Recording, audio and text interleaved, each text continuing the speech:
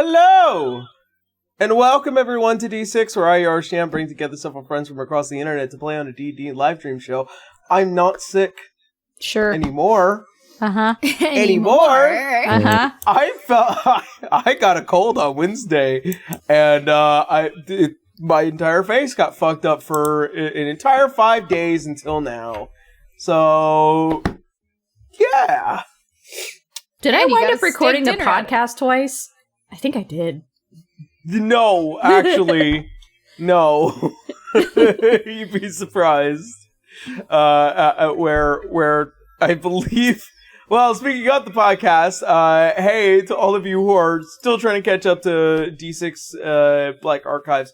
All of our podcast episodes are fully uploaded, and at the beginning of our podcast, the middle and as well as the end, one of us often does a read. It's been mostly me as of late, but quite luckily, we've had some alternating circumstances more recently. So if you guys are interested in catching up in audio form for our podcast, you can find us over on Spotify, Apple Podcasts, and Google Podcasts, respectively, brought to you by Anchor.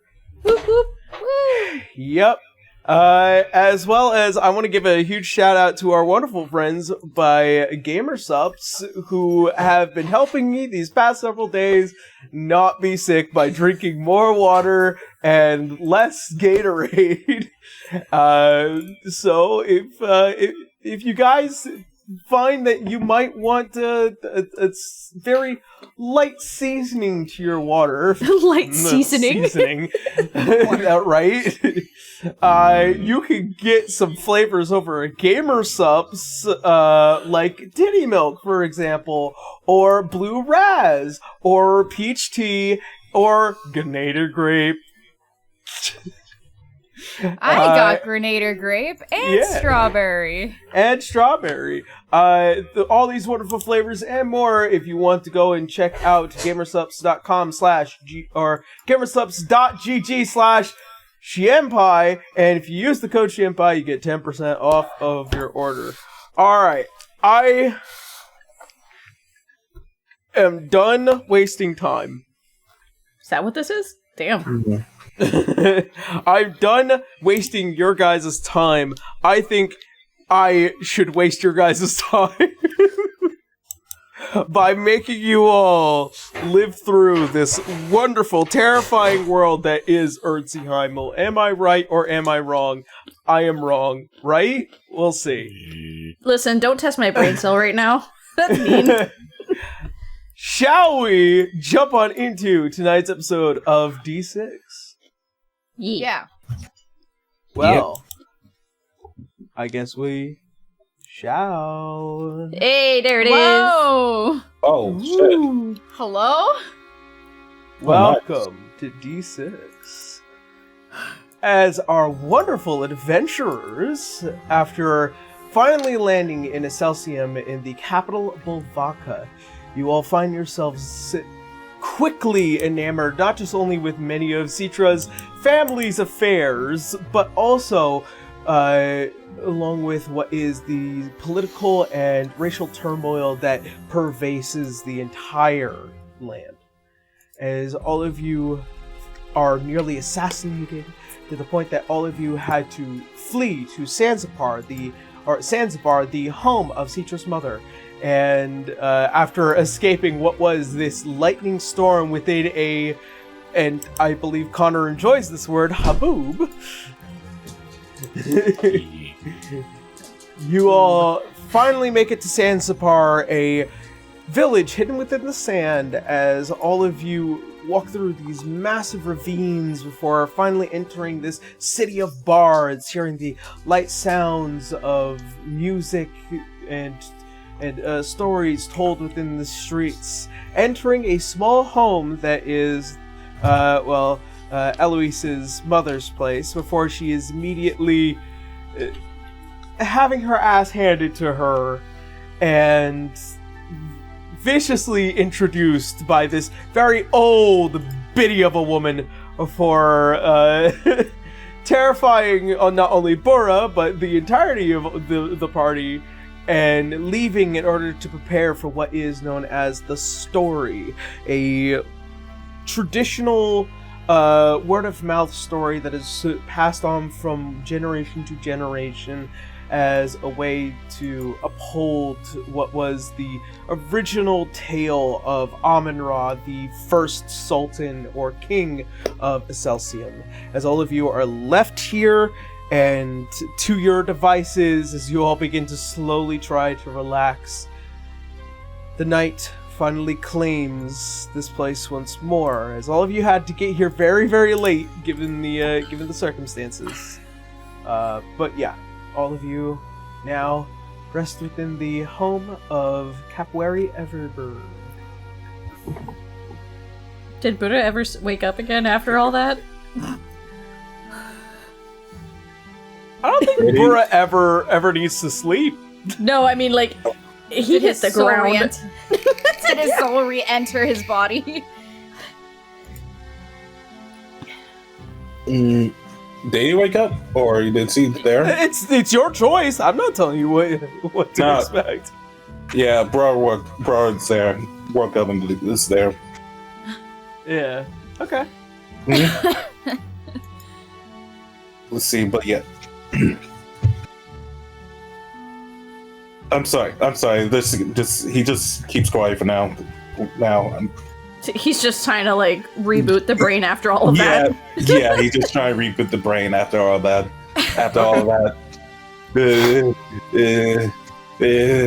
Teacher's just lightly patting him on the back. Just like, it's okay, just breathe.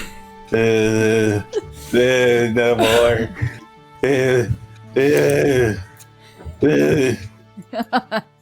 She seems fun.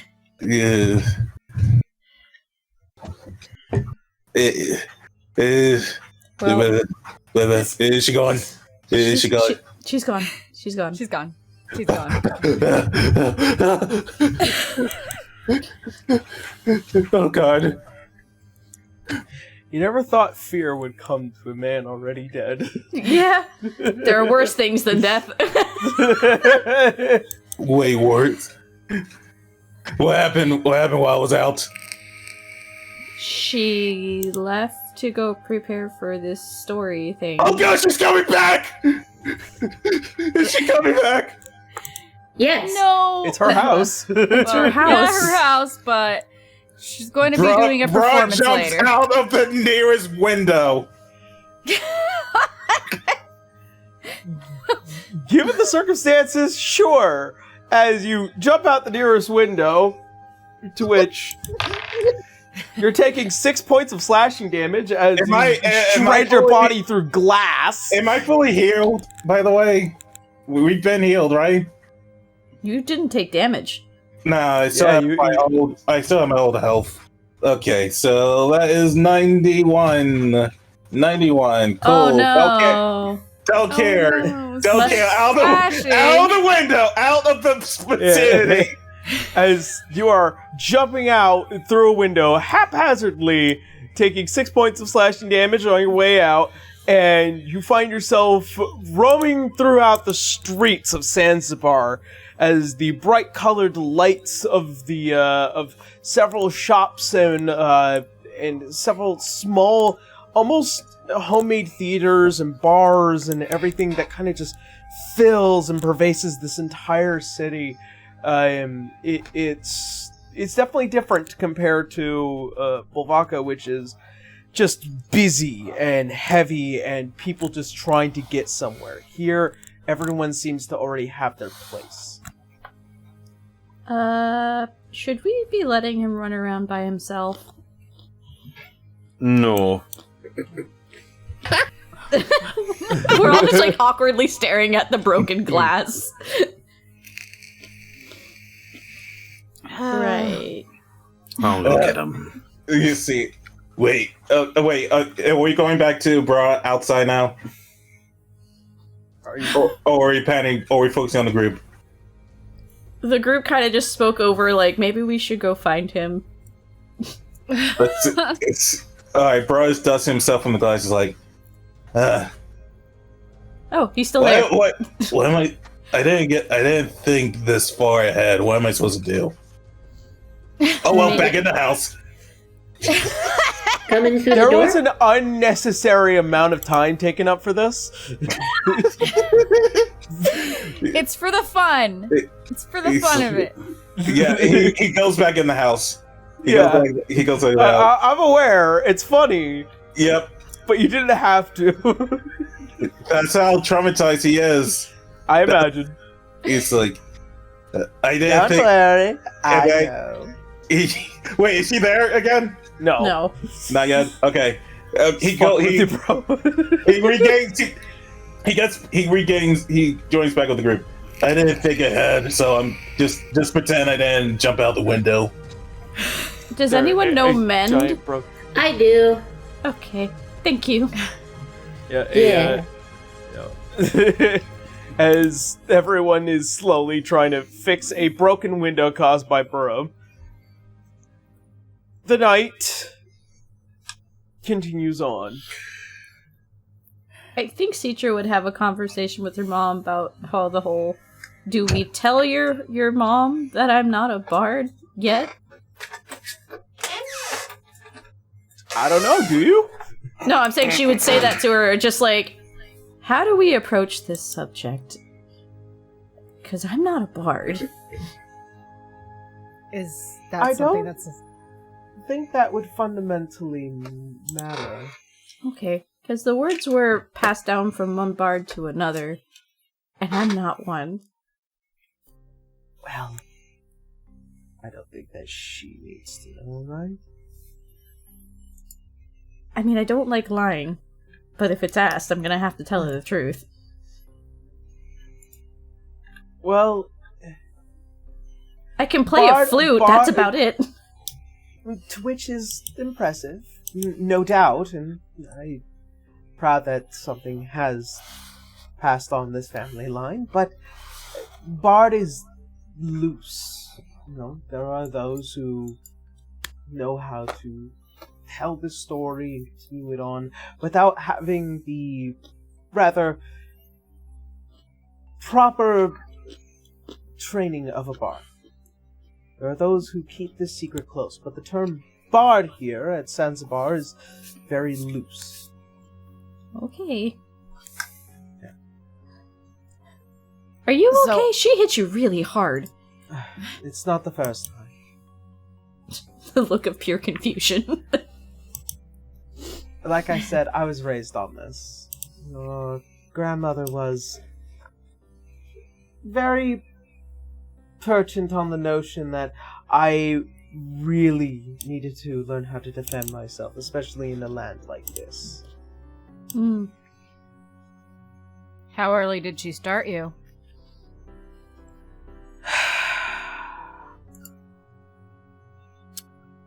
Probably no older than 5. Started with simple hand-to-hand combat, then we moved to weapons, and then we learned magical practices, and then eventually it came down to actual hunting of monsters within the sand. Wait, that crazy old woman taught you that. Everything, yes. That It's how I learned. It's how I learned to beat up Citra's father. again, that crazy lady over there. Yes. Taught you. You know she was young at one point, right? But I may not look it, but I'm well into my 50s. Damn. I'm having a hard time believing all of this. I'm really having a hard time believing this. What's so hard to believe? I'm 50. everyone, huh? I don't. I don't know. I just I'm having a hard time believing that crazy lady used to be a ferocious warrior or whatever. She still Well, I is, mean, if you it's just never saw stopped. that. It's never stopped. Do I really want to test my? No, That's no, no, no, no, no. Don't. Think about it. Dante half thinking if he should bribe Bra once again to fight her. But I would like you to understand that this woman is well into her 80s and kicked the crap out of my mother. We are very well outmatched. I won't do anything.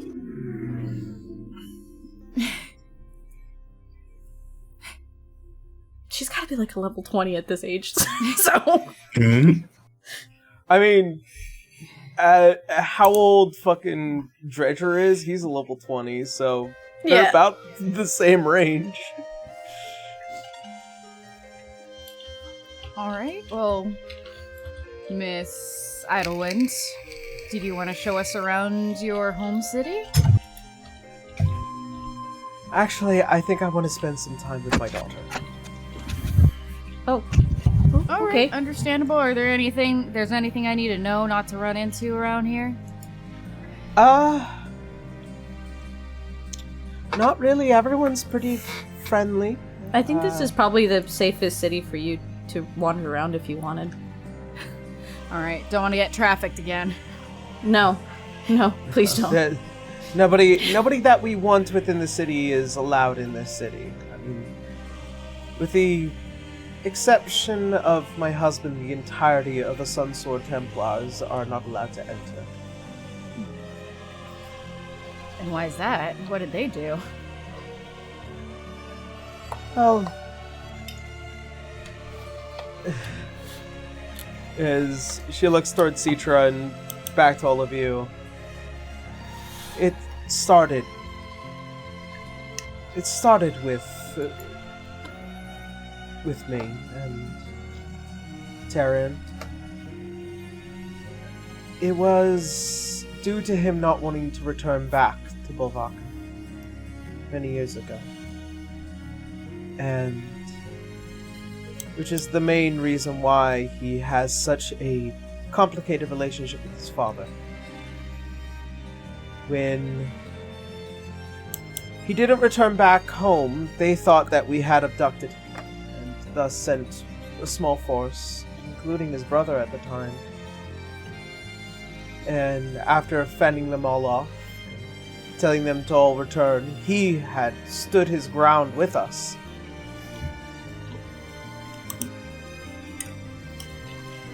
However, blood was spilled here, which is something that we desperately never want. We can have our disagreements here, but usually any challenge is based off of who has the better performance. But blood is not to be spilled here. And if it is, we consider certain rights to banish those who do not belong to stay out of this. And trust you me, there are various individuals who keep an eye on this sacred land. Oh, neat. Dante looks at Leo. You're gonna want to write that down from your journal. I already am. He's already scribbling as fast as the Scribbling. wind. Good. Get that down, get that down! Write that down. Alright, well, I'm gonna go take a look around. I promise not to steal anything or to try to fight anyone. Thank you. That's well and respected, yes. And off he goes! Into the Alright. wind. How about the rest of you? Albeit, Citra, you're being invited to speak with your mother, but Yeah. Leodon, Bra, and Elwyn. Bra starts scheming. Oh god. Oh, yes, I love the bro screaming. No, starts scheming to test Citra's grandma. Oh no. Oh, yes. Let's see if she really is that warrior. This is saying a lot considering he was afraid to approach Citra when she told him to come here a few episodes ago. Character development. Alright, so how am I doing this? You can ask her for training, I guess, or have Bro ask for training from her. I want to see if she has like a sixth sense. Like eyes on the back of her head. Yeah. Oh no. Let's see.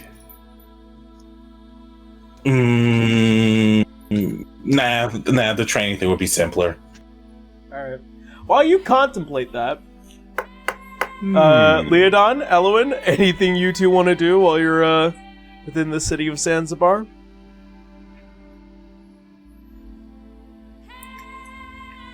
Guys? Probably go out looking for some interesting smells out there. Leo's probably quite hungry from their journey, so he'd want to sample some local cuisine. Okay. And, Uzu? Elwyn?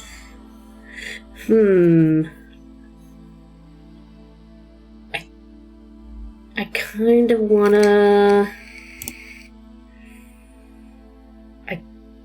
I kind of want to eavesdrop on the conversation between Citra and her mom. No, I don't think Citra would mind, considering they already listened to some pretty spicy crap earlier, so, you know. There's not much else to hide.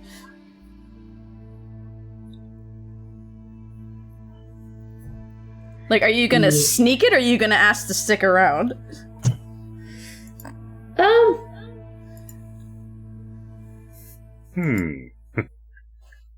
Yeah, make a decision. Yeah, I'm probably gonna sneak it. Okay. Alright. Let's sneak it. Alright. Well, I'll start with the outside group first, and then we'll move to the inside. Leodon, make me a investigation. Actually, no, make me a perception because you're using your snoop. His perception. Oh no. My snoot. That's a 29. Alrighty. There are several different bright smells that pervade throughout the city. Mostly, what you also get, not just only like the general like spices that you would find normally, but more specifically the faint smells of roasted meats, and as well as what are like these giant cauldrons of cooked, well, not really cooked, but rather slowly boiled teas that are just, you know, made to cup and then capped and then given, you know, quickly paid for. And the temperature is always perfect. For every bit that you do find, you also find some very unique and exotic edibles. More specifically, scorpions on sticks, as they are candied. So what you'll see is like a sizable stick, and what is skewered through a scorpion, and then dipped in heated sugar, and then pulled back out, and then dried in the air. It is unique, to say the least. Leo is lifted off the ground and levitated towards the smell. Like Scooby-Doo. Yeah. As the small little blue birds fluttering over you. They're the ones that are levitating me. Yeah. As you just constantly find yourself at stand to stand to stand to stand. By the way, the people behind here are of varying different degrees. You find tabaxis, leonins, luxodons, half-orcs, orcs, goblins, hobgoblins.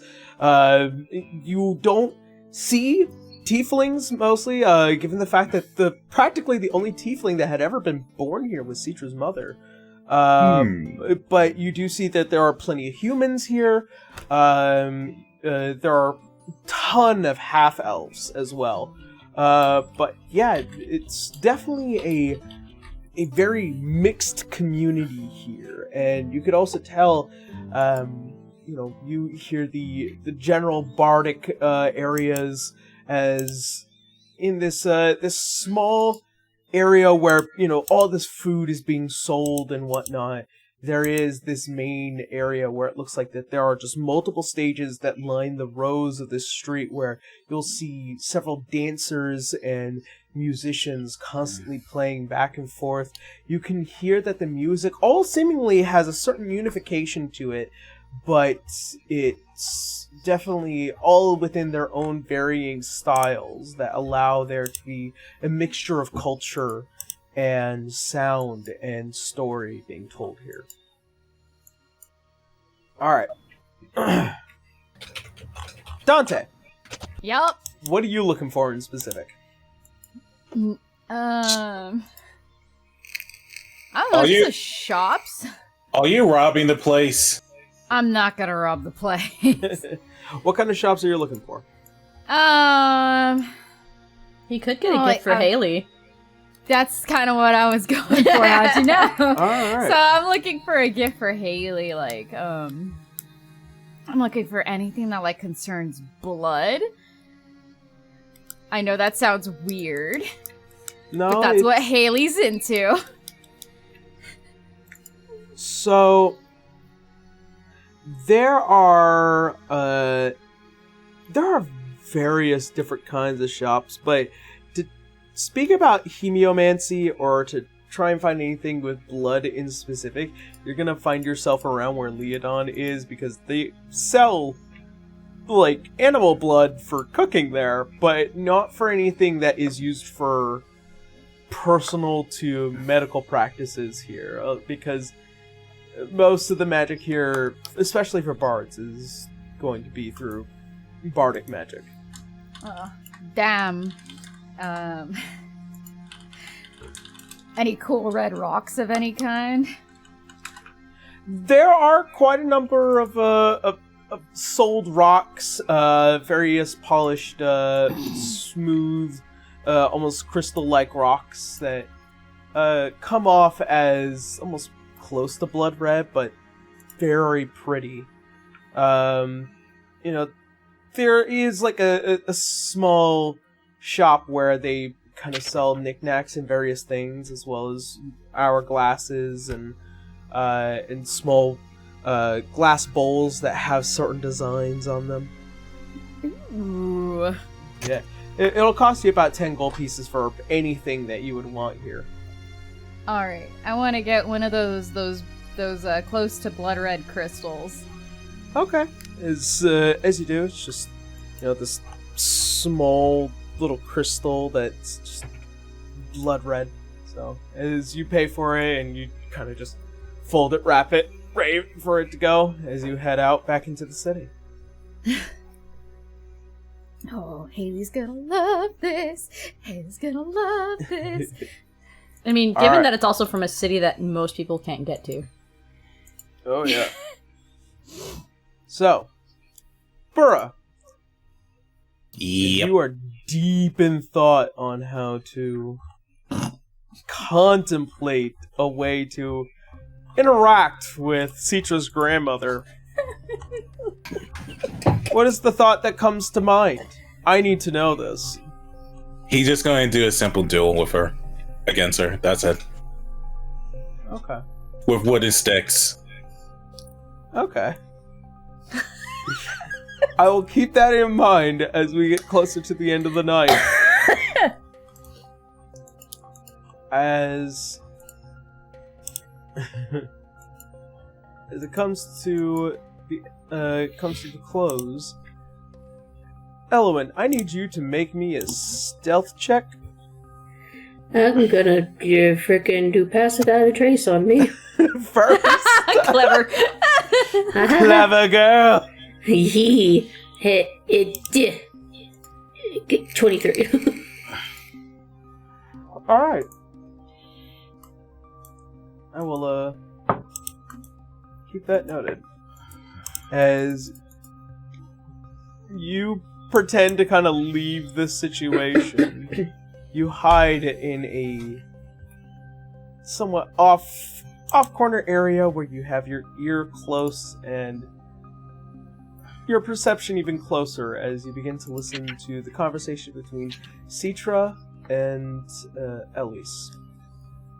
As the two finally sit down to have their conversation.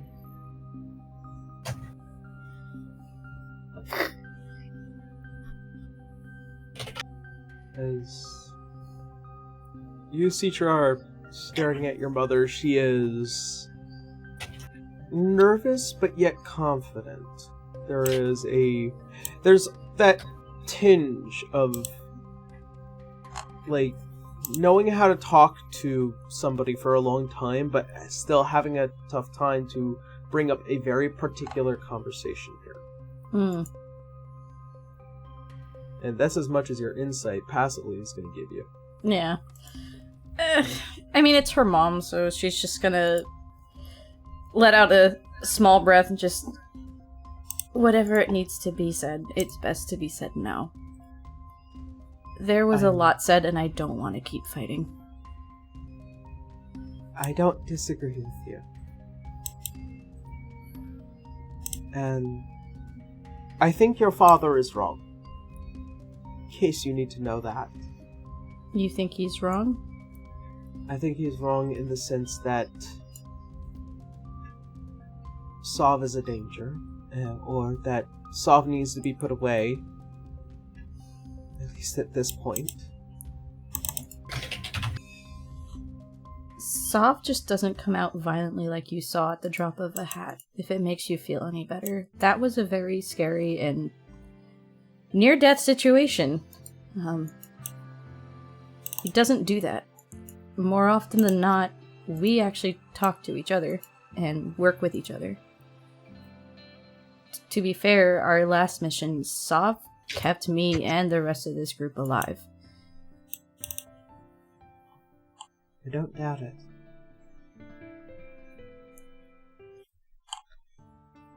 I just want you to understand...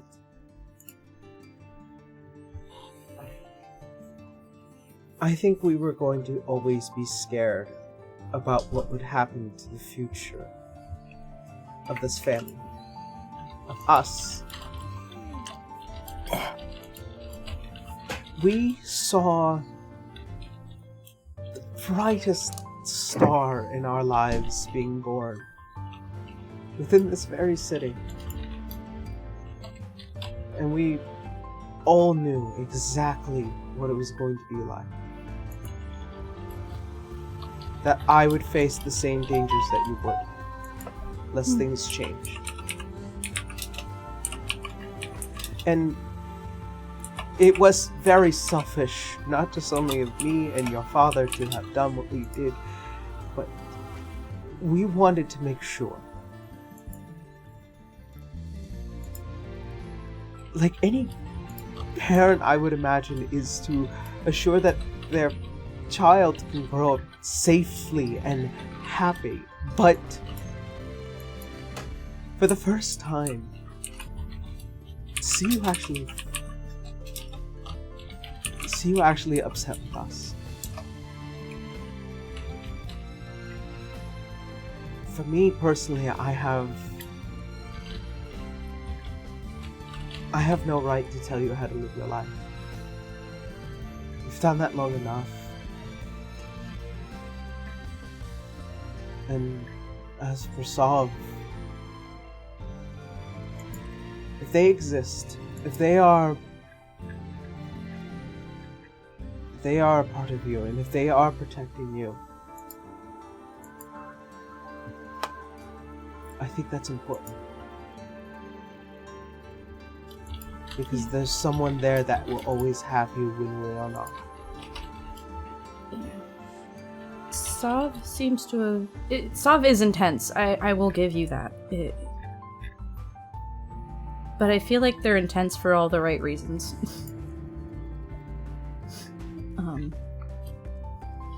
And honestly, without his guidance, I don't think I'd make it as far. If it wasn't for him both times, as scary as the first time was for you, I might not be standing here right now in front of you.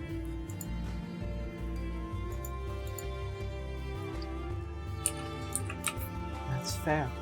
Sav is distrustful of you and Dad. But given the reasons why, it makes sense. And that's the only reason why I wasn't asking you these questions earlier on or telling you what's going on, because Sav was untrustful and fearful, and I didn't want to break that trust with them either. And to be fair, this was probably better being had here than distances away, so... I can imagine they have every right to be upset with us.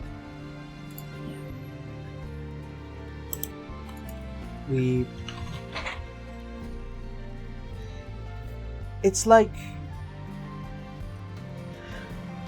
Don't take this the wrong way, and I mean this sincerely. It's like a dog that loves their owner. You take them away and you drag them away by the scruff, and they will kick and scream all the way into a cage. That's one way of putting it. And it does feel like a cage, honestly.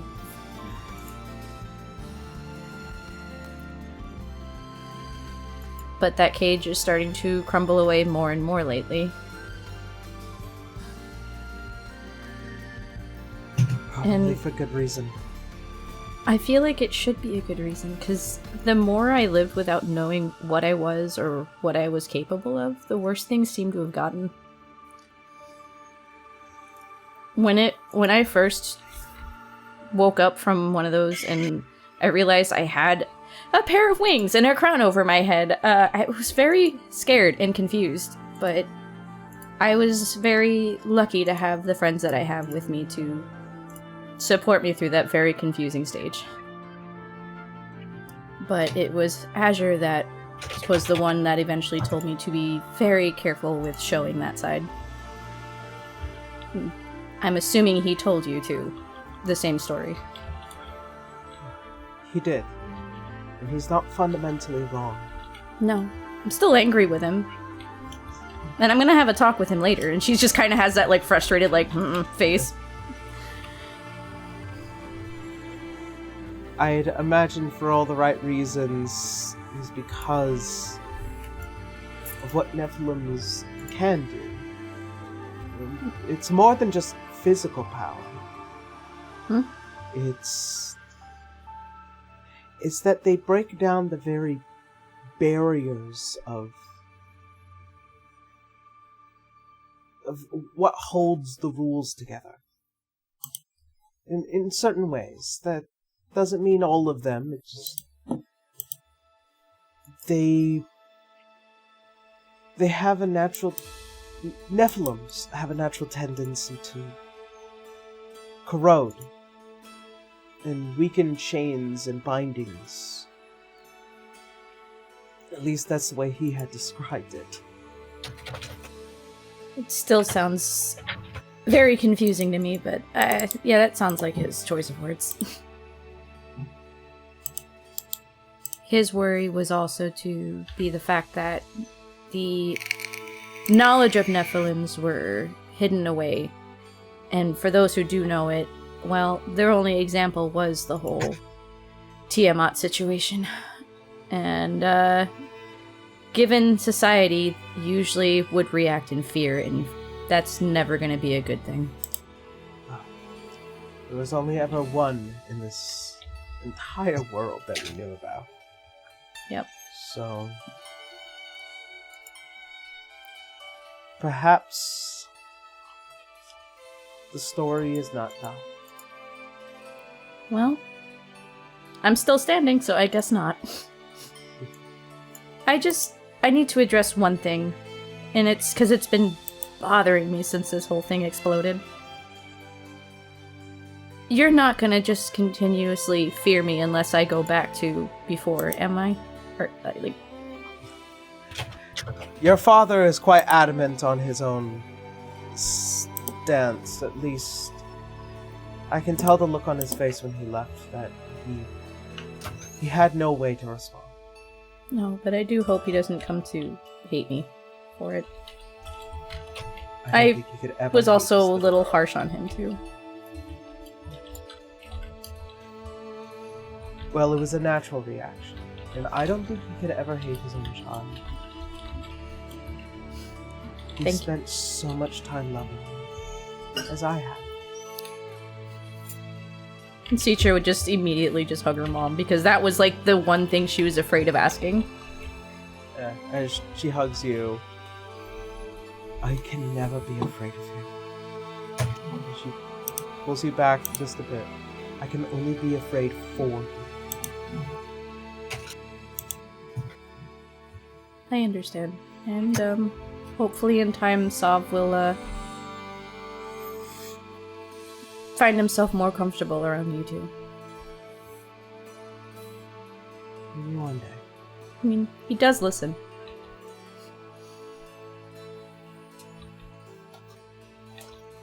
Sav is who I think Sav might be. Might be? Might be in the sense that they are a part of you. Okay. I was like, please don't tell me there's more bombshells you had to drop. No.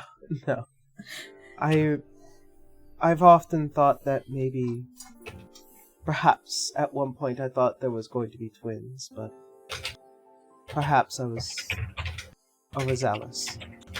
I mean, there's no proof saying that there isn't, or was. Maybe. But Sav has been my friend through this whole thing, and I'm glad to have him. I'm glad that they have you too. And I feel like I'm definitely gonna need him with this upcoming situation with, as terrifying as it sounds, Saviden. But, in more comforting news, I have been training as a monk. I have been learning how to defend myself. That's good. Not as intense as your mom, but, Nobody could be as intense as my mother. well, you haven't met Dagex yet, but There's that name again. he's the one training me back at the AHS. He has me Are you training sure under that's the way of the all there kobolds. is? Huh? You cut out for me. Are you sure that's all there is? What do you mean? You always bring him up. He pokes your head. She just goes cross-eyed for half a second. So was I wrong? Was I wrong? Yes! Yes, you've been wrong this whole time! But you're not here. You're off I pacing know around. I'm not here, but I'm still gonna say it. Was Yeah. I wrong? Meta.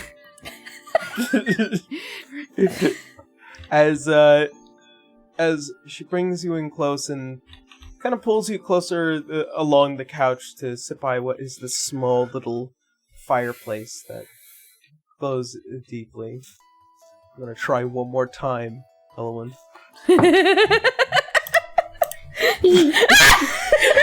Nope. Elowen's just like getting all the tea and just having a great time. Yeah, you just Elowen, unnoticed throughout this entirety, you just caught a whole bunch of secrets. Also finding out about the Nephilims. Also finding out about some family history. Finding out a lot more about Sav. You remain unnoticed. I don't think Citra would have picked up on it. I could try, but I don't think she'd pick up on Elowen. She's not used to her yet. Yeah, just Elowen just, like, smiles to herself, and then she just kind of quietly leaves with the thought of just, like, I'm gonna get food. I'm gonna get food. I'm guessing it's also the notion that thankfully this wasn't a very intense situation like last time. Oh yeah. It was more just like, she's happy about how it turned out because she was ready. She was ready to be like, if her mother does or says anything that is bad, I will have words with Citra. But Aw, Elowen's is so sweet. They had a couple of days to think on it. They had to process that information. Alright. As the night reaches towards its apex, Burra, Yep. as you are standing around outside, as everyone's slowly returning back to this place, you hear the old clacking of a wooden staff hitting the cobblestone streets. This old biddy of a woman as she slowly makes her way back to her home. Oh, it's you! Hi. Standing out here waiting for me like the gentleman I bet you are. Yeah. Hi, Granny. I was curious. Would you be interested in pulls out like a bunch, 2 wooden swords, dueling with me for a bit?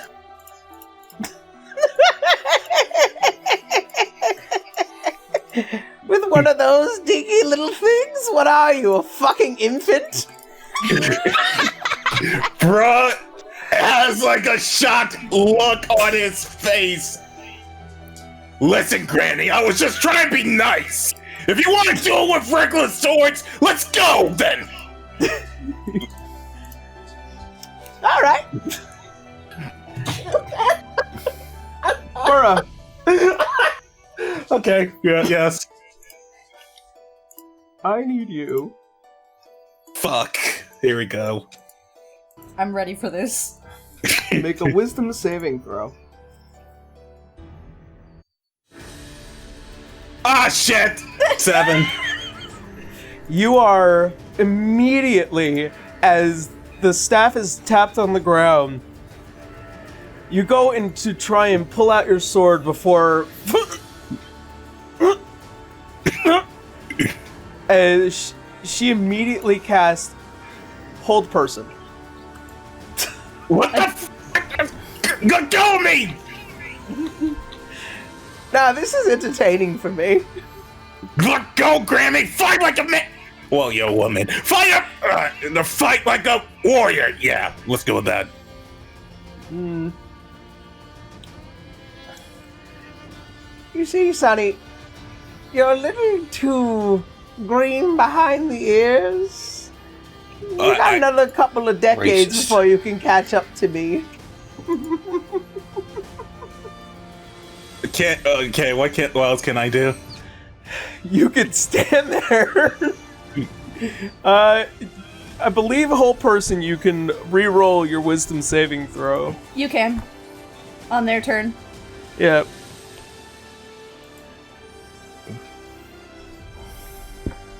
Let's see.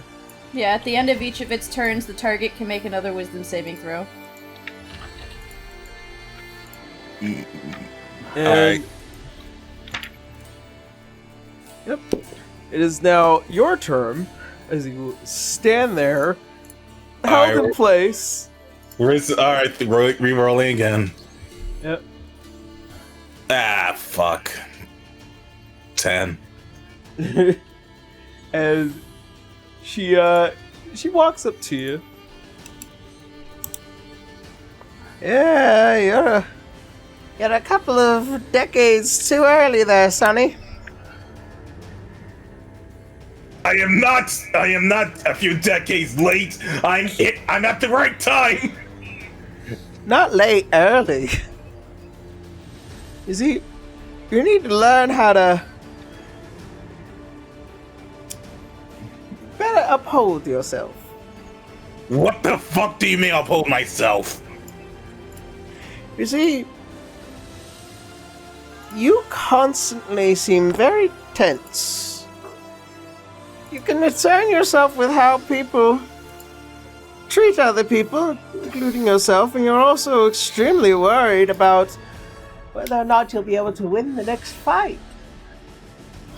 What do you know about me, Granny? You don't know anything about me. Maybe I do, maybe I don't. But I'm old. And I believe in some ways wisdom is wasted on us older generations, so I'll tell you my advice now. Start valuing exactly what you have in the very moment before you start throwing it away. I'm going to give you one chance to swing as hard as you can. And if you still can't hit me, I'll say this sparring match is over and you win. Okay, alright. You asked for it, Granny. Fuck! Wow, you suck. I gave you enough chances. As she takes the wooden stick and she's gonna bap you over the head.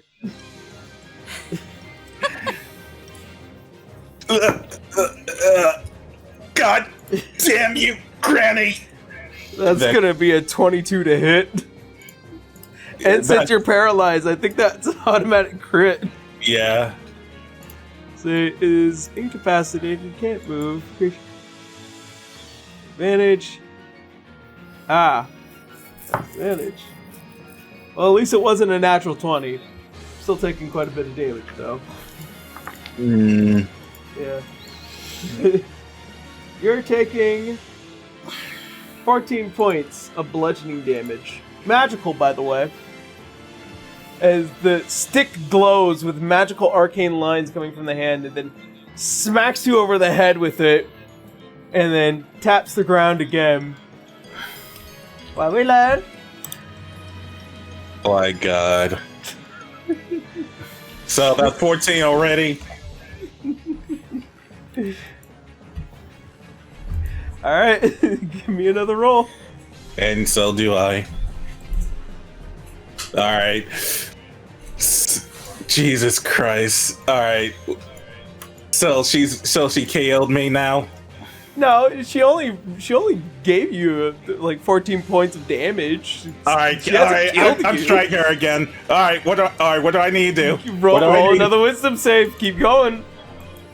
I'm gonna get this old lady! Oh, come on! Like, Sonny, you're not learning the lesson here, are you? I am going to hit you!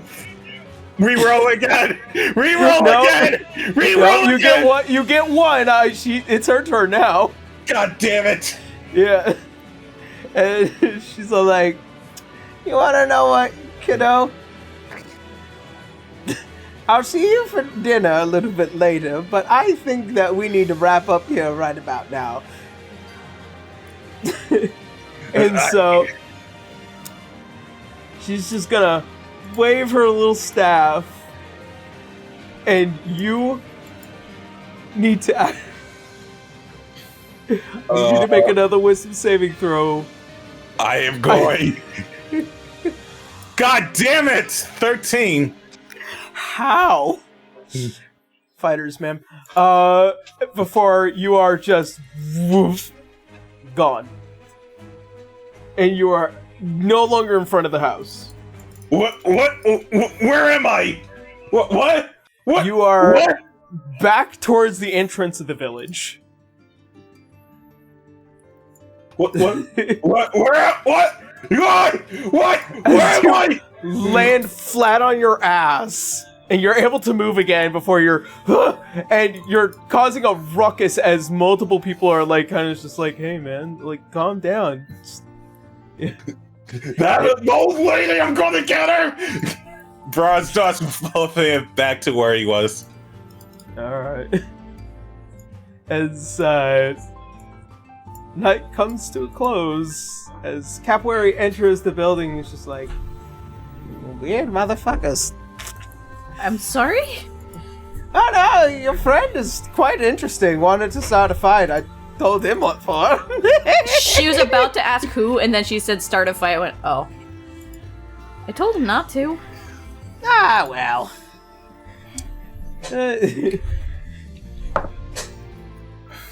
Alright. She walks over to one of the small corners of the of this small house.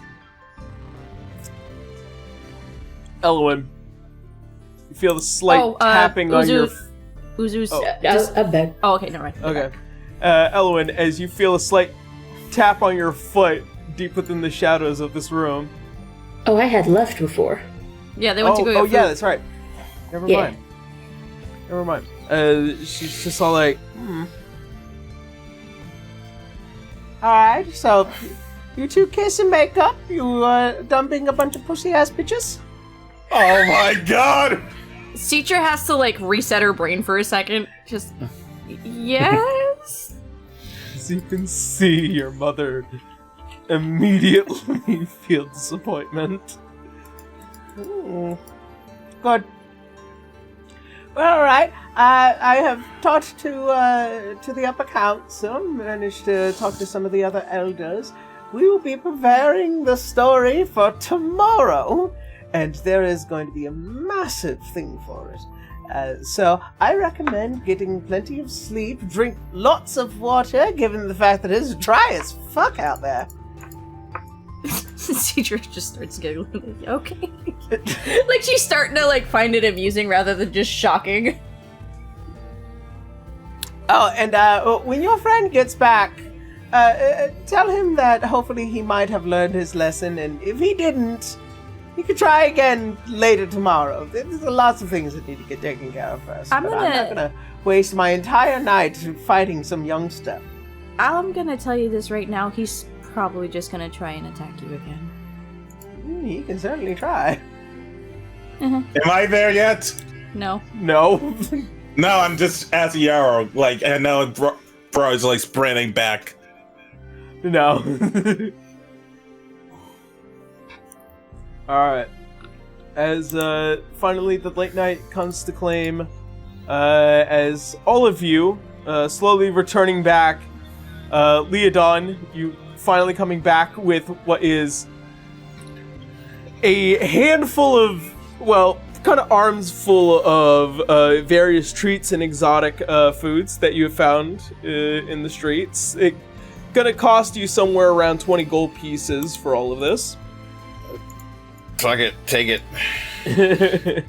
As for Dante, having already found your souvenir, you return back, and it's just definitely quiet here.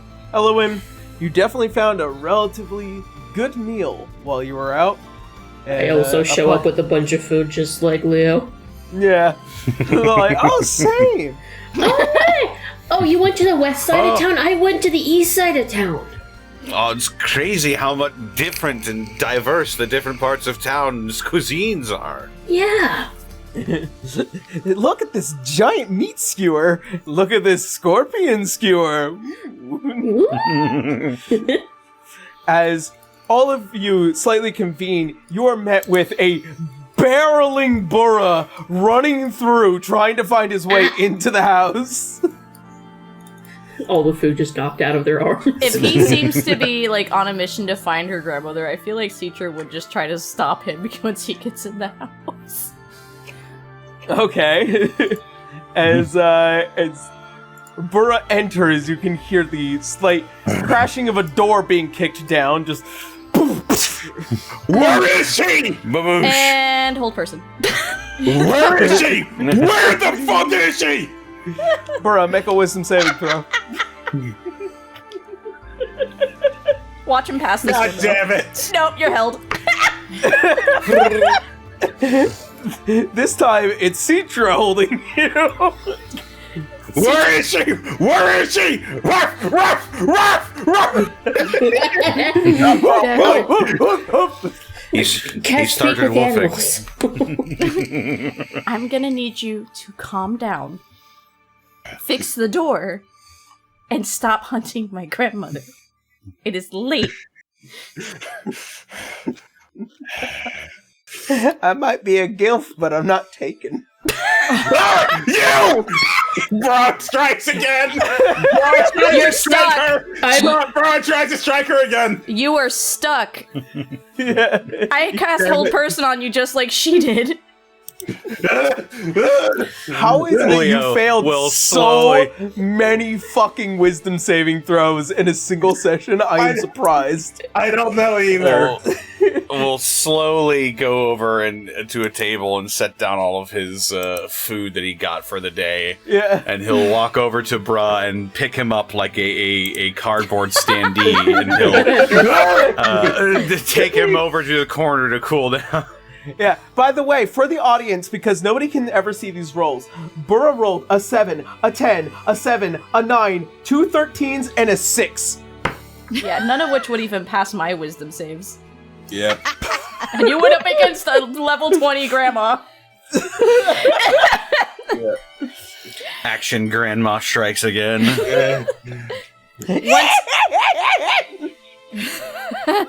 Once he's calmed down, she'd probably let him go, unless you'd rather sit there and keep making wisdom saves.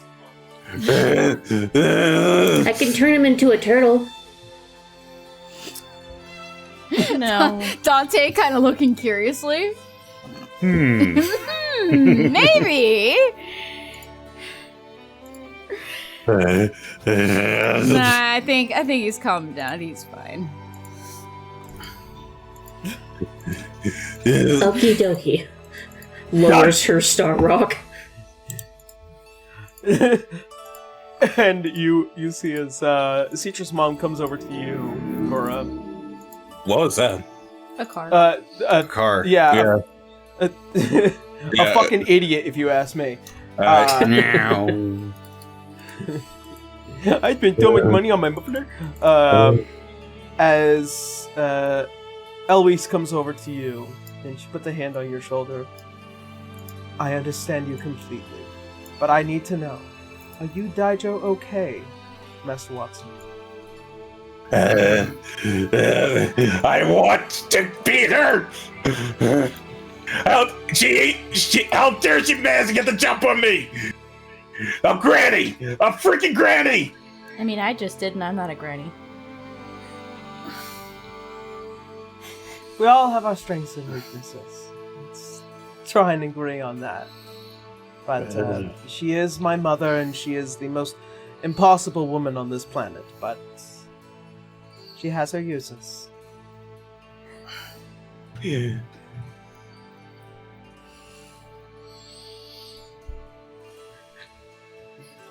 And I'm just going to fix a door now. Yeah, Citra lets the spell go. Okay. You can see, like, everyone's keeping a close eye on you, Burra. Citra may not be able to match you in pure strength, but her spells are nasty for you too. Yep. Alrighty. So, as the night comes to a close, all of you begin to find rest. As this is a kind of a small place, as all of you need to... Some of you sleep down here, and the very few that can find space here. As the fire begins to slightly burn throughout the night, and all of you begin to close your eyes and find the... Citra. Mm-hmm. Oh. Yeah? Could I ask Grandma a quick question before I go to sleep? Sure.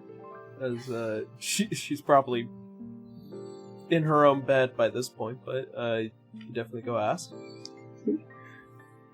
I'll get to Citra in a moment, I promise. It's just a quick question. So, with the story tomorrow, is there going to be any trials or tests of strength with learning this stuff? Hasn't been something like that in over 300 years. At least as far as I was aware. But, no, it's kind of like this very enhanced stage play, if you will. It's there'll be magic and music and stories being told. There'll be voices and performances of all kinds in order to portray what is this old and ancient story, the old truth of Excelsior. That, or it's very fucked up, very interpretive, and people are just waving their hands around as dancing is. I look forward to both. Okay, I had to make sure. Yes. However, I am kind of curious about you, though. Uh-huh. I mean, it's not too often do individuals who prioritize themselves within the dark step out into the light. Well,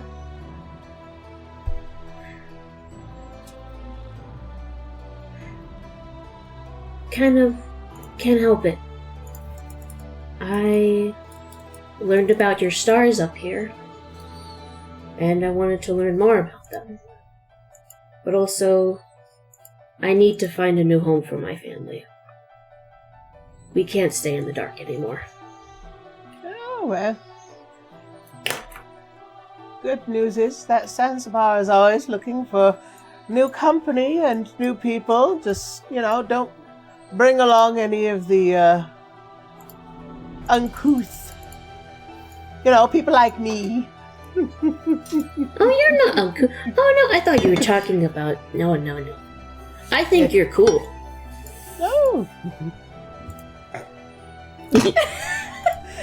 Don't need to lie to me, dearie. But please do lie to me. Oh, no, I'm not lying, but... Well, then I hope you have a good rest. Thank you. You too. You just scurries off. All right. So, as the night continues in Citra, you find yourself late into the night, sitting by the fire, all kind of slowly huddled together. I mean, she can make herself small. She curls up into her tail anyway.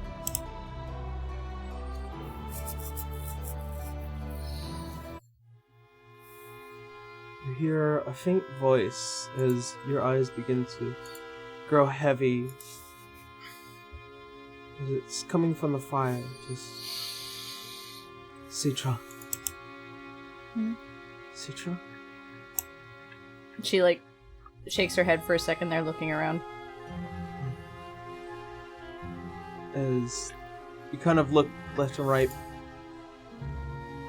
Down here.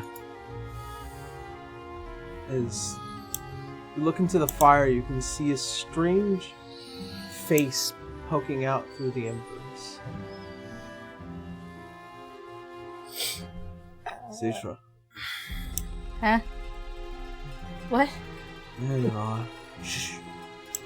Don't speak too loudly.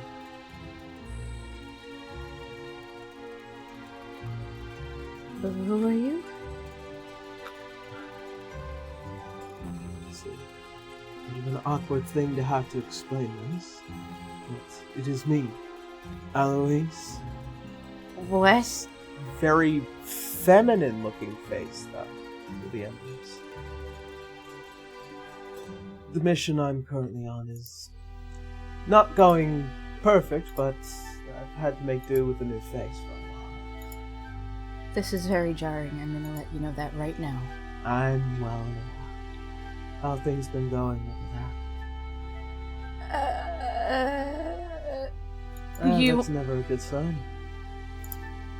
Well, I'm gonna hold my emotions for another day because I have words to exchange with you. Besides that, everything's out in the open now. My uncle tried to kill me again. And now we're in Sansabar and we met your friend.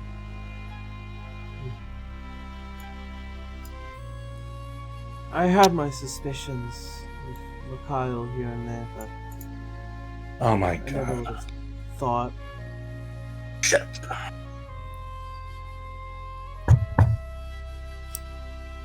I never would have thought that he would have tried to make any move against you after being well and threatened the first time. Threatened by who? Who else? You? By proxy. Even Carmilla's very very well known with the upkeep around here in the Celsium, especially for our organization. But after we had lost you somewhere within the sands, we had some assumption that he would have made some kind of move. And Yeah. after that, we were keeping a very close eye. Well, the Sultan has him now. He had used sand elementals this time around. Probably with reason. Yeah. Either which way. Aside from everything being out in the open, how has Sav been doing? Handling all this?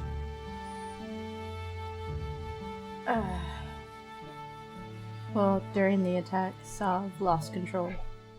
And since then has been hiding and repeatedly just saying, "I'm so sorry and I don't know what to do," and I haven't been able to talk to him directly.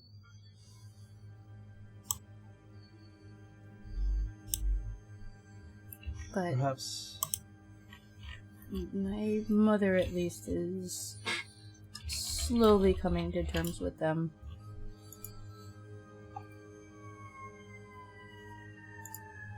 I didn't do it. Damn it. You gotta unsense.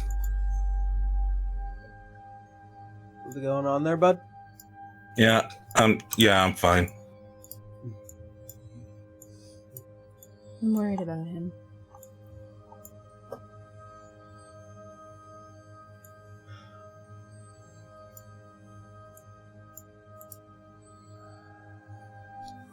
Try and keep as close of a thumb to that as possible. Because if by any chance that they end up doing something that might be unwarranted, the dangers could be far greater. What do you mean unwarranted? Sav only lost control this time because we nearly died.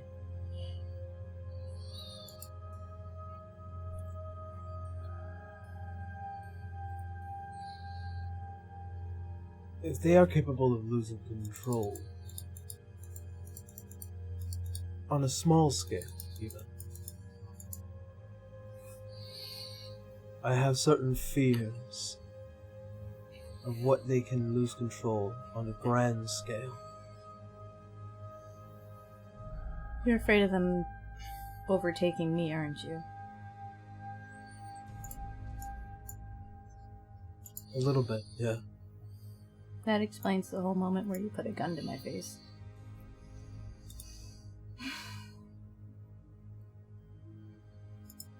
I needed to make sure that they knew that I need you here. Sav is not my priority. You are. Well, Sav is a part of me, and I don't think he ever had any plans to harm me in any way.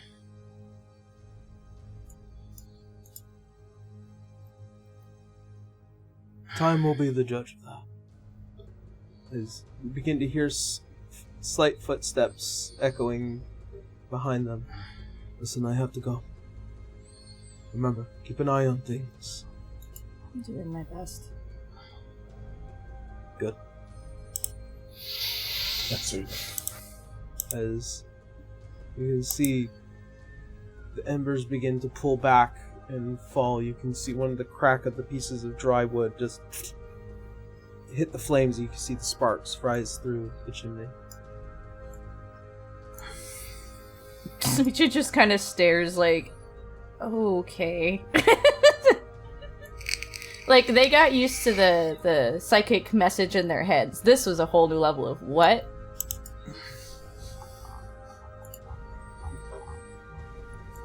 And Citra would probably either pass out or she'd probably see if she can talk to Sav again, but she doesn't want to push him because that was a very intense ordeal.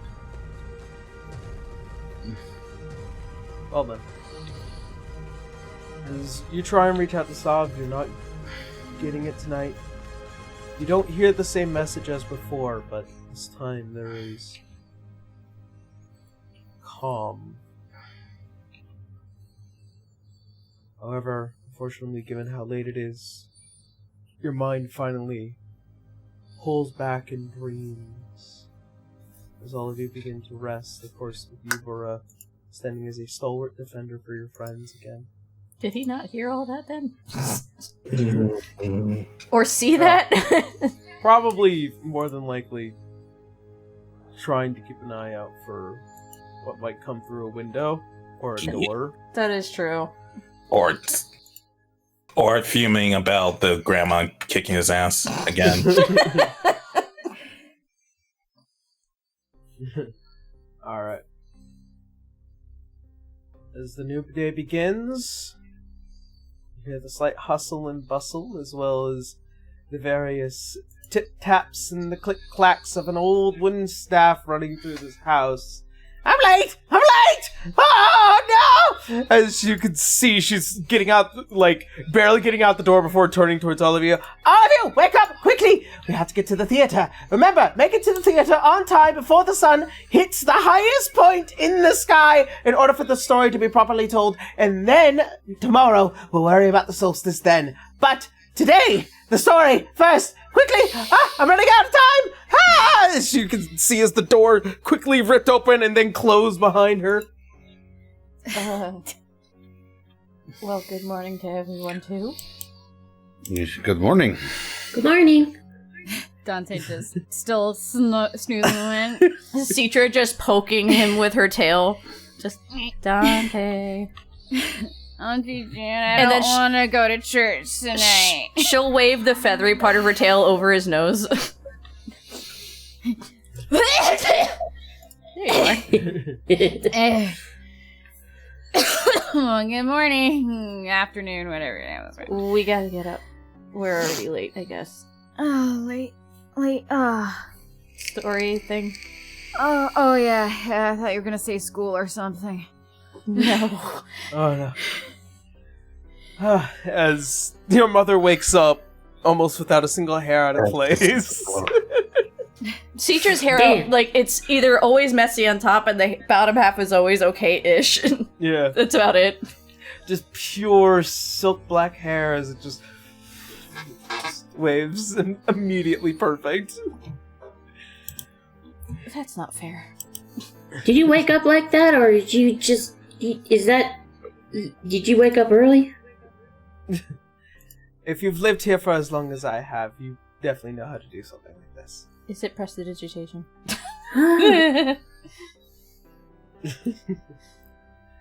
It's my secret. As all of you get slowly prepared, a quick meal is made for all of you. For all of you begin to head to the center of town, where it is known as the theater. However, before you guys begin to enter and you begin to see the small crowds of individuals slowly begin to enter, you can see pieces of equipment being moved, costumes, various musicians from older generations past. And now, that being said, as all of you begin to enter what is this varying and slightly delightfully smelled area, that is where we're going to go ahead and take a very quick break as all of you enter the theater. Woo! The theater! Yeah, always return to the theater. The theater. All right. So we're going to... The theater. The theater. All right, we're going to take a quick 10-minute break right here. We will be right back as I have something to show all of you. Oh boy. Really, Oh boy. well, something that all of you get to hear, and I really look forward to it. All right, that being said... We got a show for you. Yeah, we got a show for you. 10 minutes, see you all then. God damn. Woo! Woo!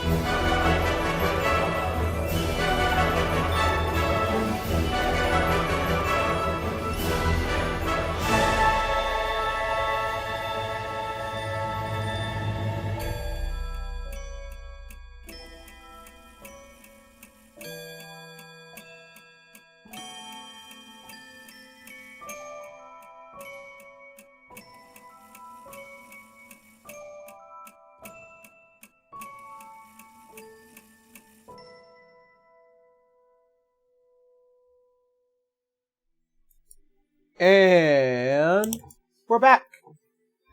Hello, everyone. Hi. Woo. We're ready for the performance. You all ready for the show? Yee. Story, if you will. Alright. Well then, let us get back into it. As all of you begin to enter into the theater. As all of you find yourselves slowly entering this open air theater with what looks like to be this flat area where there would be normal attendance, you can see that there is a single placemat position. And on the top, what is about maybe 3-4 feet higher, and what is this varying backdrop with several individuals kind of all lined in a row, all dressed in different costumes, each side of the theater being surrounded by what looks like to be several musicians and bards. And you can see with what looks like to be one individual in particular. As to separate from the rest of the group, you notice that your mother had quickly dispersed, and you, Citra, are being left with your friends here at the center. Okay. I guess we just sit here then? There's only room for one. Suppose so. Huh? There's only room for that placemat for one. Oh.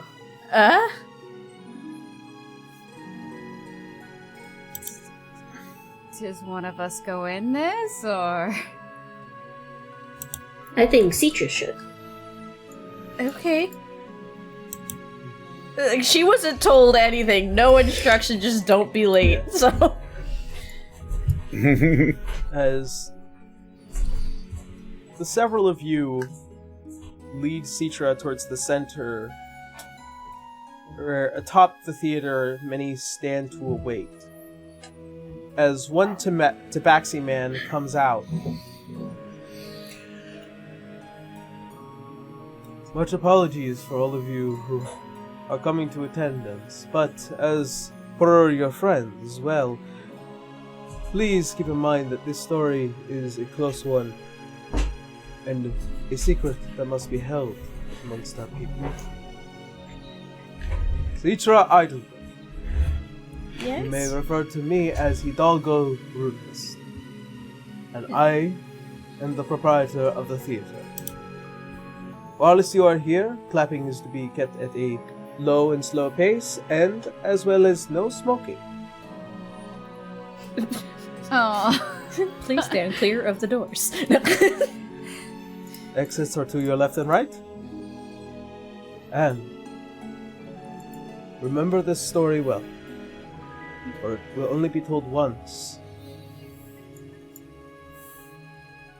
She'd give like a small nod, just okay.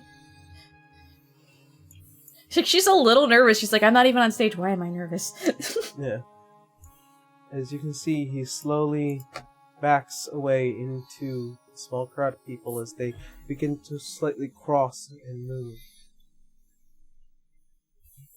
As the rest of you begin to notice, the entire sky begins to grow dark as the slight song and music begins to play.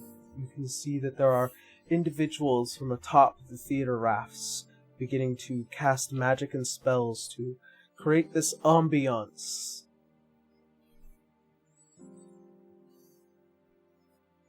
There is this strange feeling as all of you feel like your skin is being covered by something light and weighted.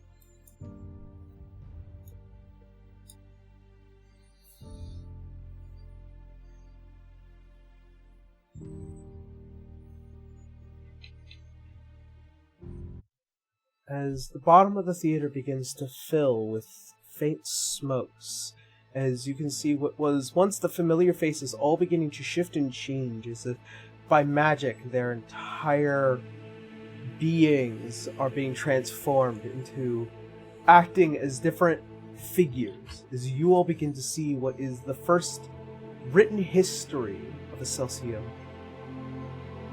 Hundreds of years of war. You can see as people now beginning to lay down on the ground, and you can see small illusionary fires begin to fill the area before being slowly stamped out as a single figure steps forward with a large staff in hand, surrounded by 3 other individuals slowly coming to this man's aid and giving him advice. For a new era begins.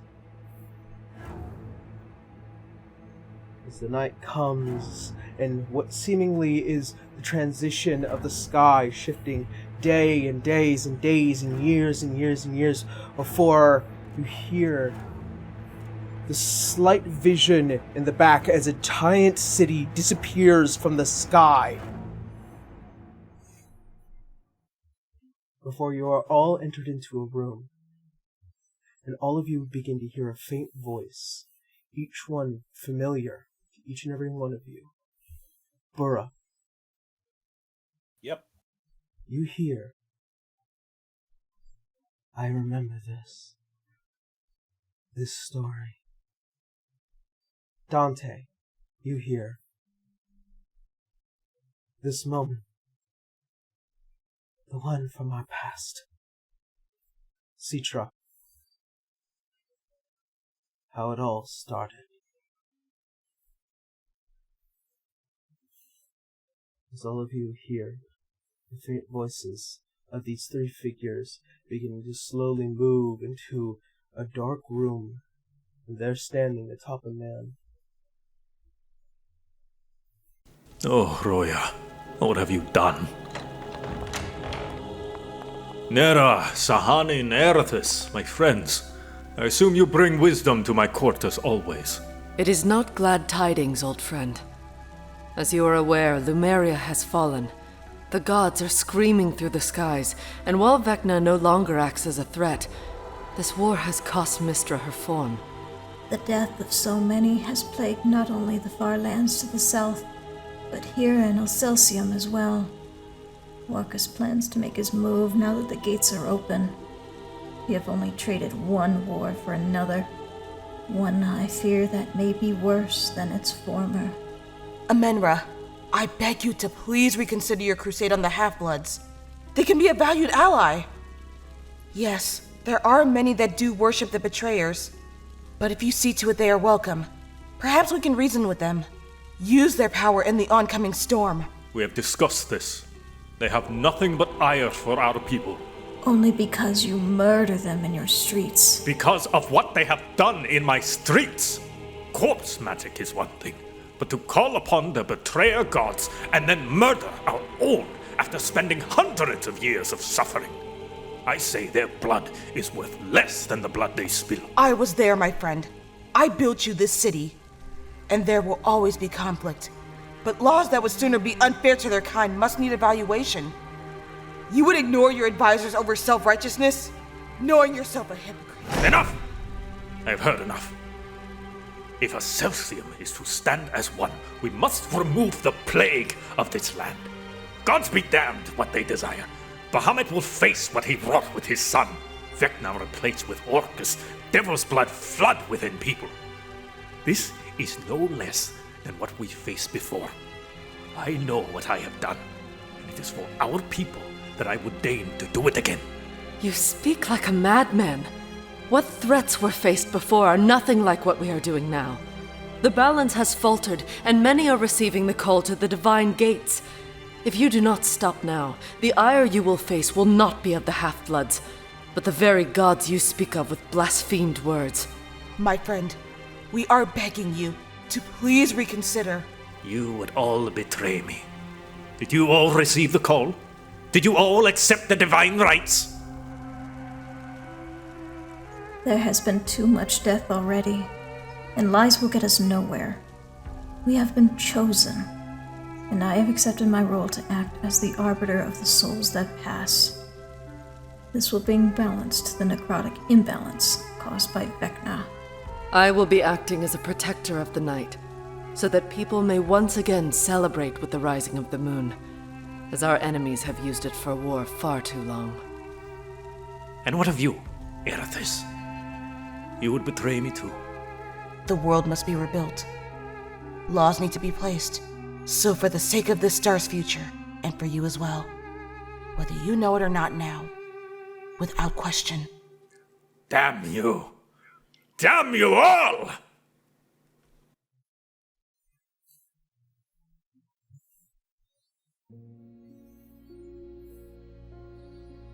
After hearing these words,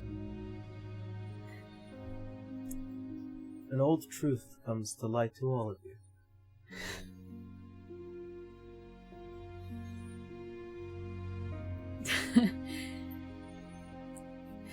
Dante's just kind of like shuddering at this new information that all of our goddesses had put us on this path. Citra's just in shock, and she just looks back to her two other friends, just... She doesn't know what to say.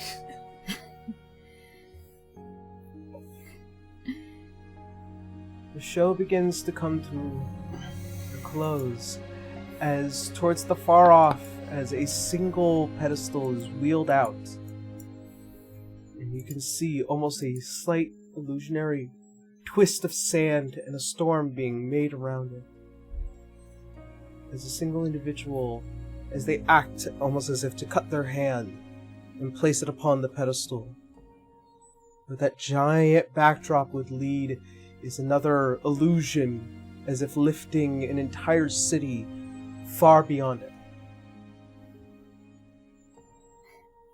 Before the show and the entirety of the theater grows ever darker, as if darkness is cast here for just a moment before it is all cleared. In a moment's notice, as you can see, as Hidalgo stands before all of you. And that is the truth of the first Sultan.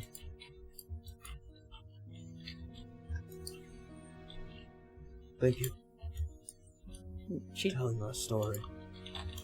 Citra give a bow back as well.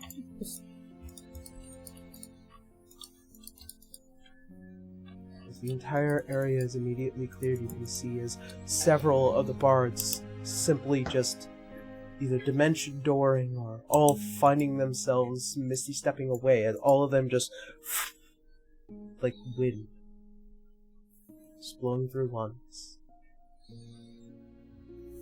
You are all left there. As your mother approaches, still with the form that was once Nera,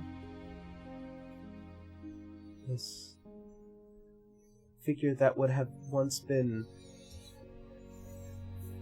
noted to be the old Raven Queen, at least towards you, for a force shifting back to the tiefling self.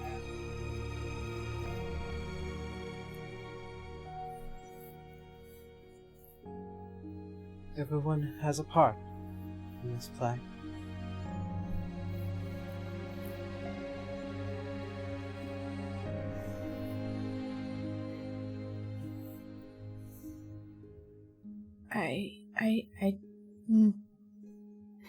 Sorry, I might have lost for words. That's the story, as far as everyone's willing to tell it. Well, amongst ourselves, obviously. Dante's gonna kind of look around because it was a Raven Queen, Sahanin, and Erithis, and then the king, right? Or the Sultan? Mm-hmm. So there's nothing that ties Leo to this? The story that Leo might be attached to is way far later. Spoilers. This story is around the time when Lumeria had fallen, and that is pre-Favelmach.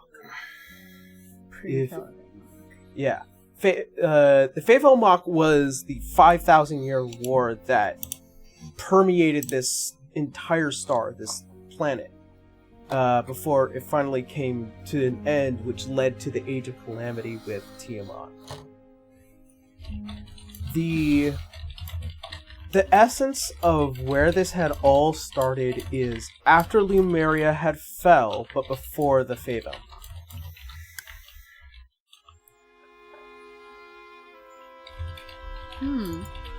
Correct me if I'm wrong, but like the hints I'm getting is that we are continuously like on this path because of the gods we're with. Or following. It has some story with that. But this is more about the insanity of the old king. Mm-hmm. And the rise of 3 mortal beings to become the gods through the divine gates. Got it. And the truth is that as much as history goes to show him as a hero, he was very unhinged. Oh. Hence the whole, also the goblin mentioning the scourge of tiefling.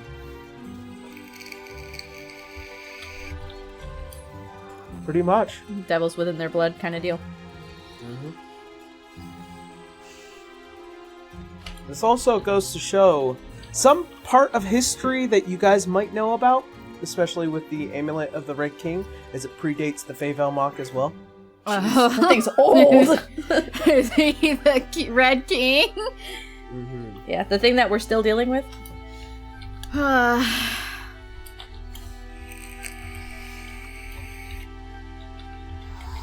Does Azure know this story? No. We would never show it to him.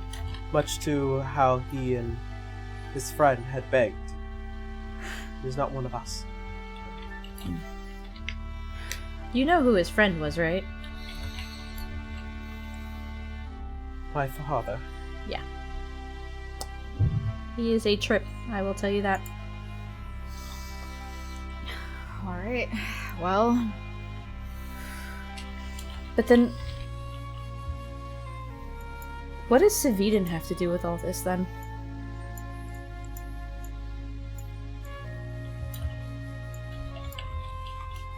That, I imagine, is an answer that only Saviden can give you. But given that he is a undead, unhinged lich, I don't imagine he'd give you such an answer quite easily. No. But what has remained quite curious is the fact that he has yet to attack this place in the entire time that he's found his way into the old tomb of Ahmen'Ra.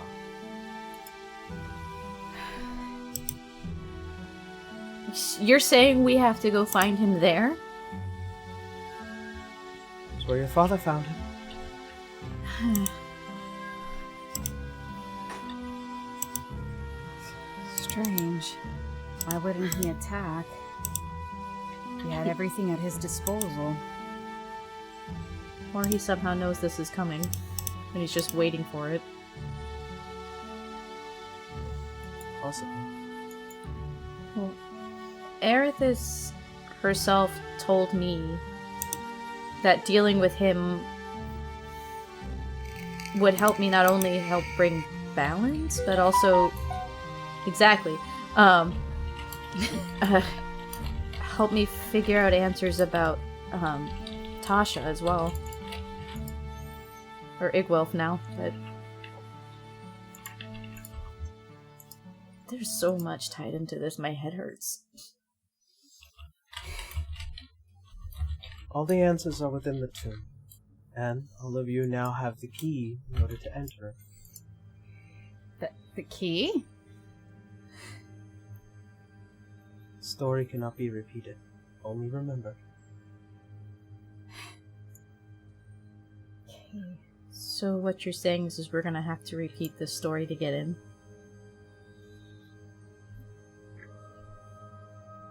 Or the key was in the story. Never repeated, only remembered. Well, that last bit with the pedestal.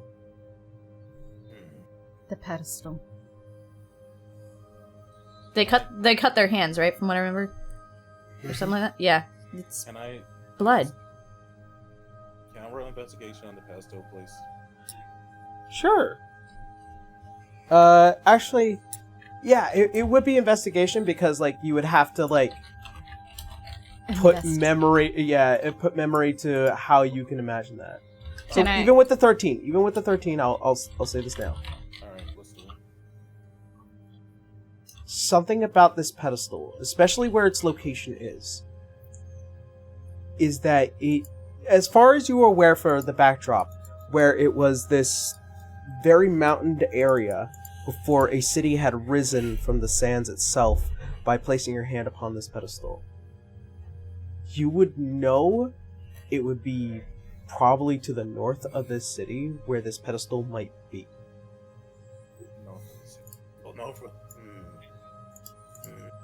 We were just given our answers to where to go. Though we are, I guess, staying for the solstice, right? I guess. Are we? Summer solstice. I thought the summer solstice is tomorrow. Yeah. Can I roll history on the summer solstice? If there's anything significant? Sure. And anyone that might have proficiency in history can give Burra a advantage. Alright. Should they want to help? Alright, so 13. Yeah, we'll go with the 13. I ain't got history. I don't have Oh, history. wait a minute. Yeah. I have my stars. Throws the star at you. Get this. Roll another d6. Another one? Yeah. Another one? Okay. Yeah, roll a d6 and then we'll add it to your 13. I can tell you more information. So, 13. Yeah. With a 19. Okay. So, the summer solstice is the day that is often regarded towards Paylor, history-wise. Because with the winter is usually for the Raven Queen. The winter solstice. However, the summer solstice, the brightest day throughout the entirety of Urtziheimel. At the peak in which the sun hits this earth, especially in the Celsius, is right in the dead center, that it brings so much light to this earth, some would consider it almost a burning sensation. But for all that it might be worth, in all of its history, this is the time where most evil has fled, and this is where most evil would begin their plans before the winter. The winter's coming. However, this is the most protected time of the year, as the god of the sun is now deeply watching. This is why the summer solstice is so important, because it is where everything is revealed. Everything. Mm-hmm. So that means everywhere, all at once. yeah, Such a good movie. Yeah! That was really a good. good. That was a good Great movie. move. I gotta So watch that- it still. Wait, so does that mean Sahanin can give guidance at her at her highest, or no? Or Probably. only the oh yeah. No, it's You know, on a for full moon. On a are we at a full moon tonight? No, because it was a new moon 2 nights ago. Ah, I don't need a moon to talk to Erithus. Oh, look at you. Okay, so that means all will be revealed. Or wait, I don't know this. Bruh knows this. Yep. Bruh, take it away! So, apparently, during the summer solstice, if I know this correctly, all will be revealed on that day. If I remember correctly. You know, what? I mean, Seems weird though.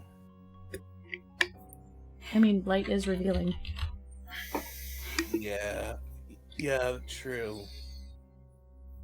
But There is a... no, go ahead. Oh, there is a lot of information where we're going. A lot of history written.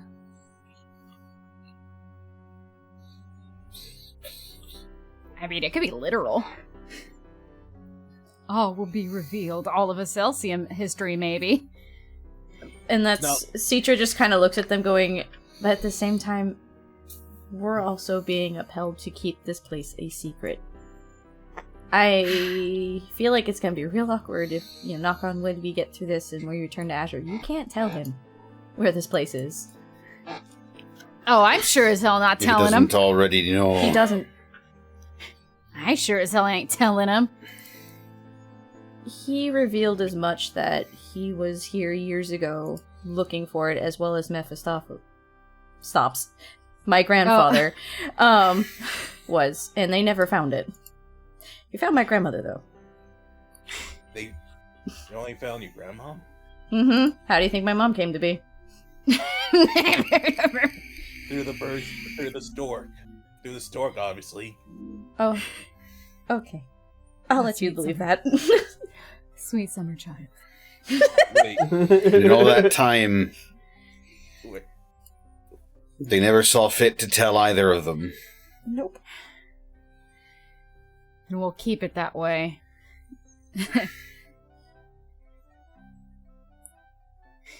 On thieves' honor.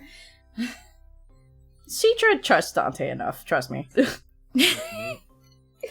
Alright, so I guess we prepare for tomorrow's possible fight. I mean, we're going up against the Lich, who somehow made his way into the lost city of Ahmen'Ra. So, the tomb of Ahmen'Ra. So, this will probably get dicey. Okay. Again.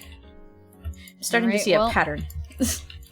Dante checking inside his little coin pouch. Alright, well, guess I gotta get some potions and arrows, I guess. As old lady, as she's now beginning to come out from the side of the stage. All right. It's been quite an interesting scenario, allowing close friends to see the show. But I'm always happy to. Citra's grandma again. Yes. Yep. Broad tries attacking again. I need you to make a wisdom saving throw. Because it's Stick. This is a stick. This is a stick. Okay. This is stick. Okay. 20. Yeah! You did it! As you manage to just go, as you run up, go ahead and make an attack roll. Yay! Yay, you got it! Wait, is that? Oh wait, no, that's my hit DC. No, 21 will hit. Yeah, 9. 9. As she pulls out the stick to cast a spell, she's like, "Oh shit!" And you manage to just hit the stick, and it just hits the shoulder. Oh! Oh!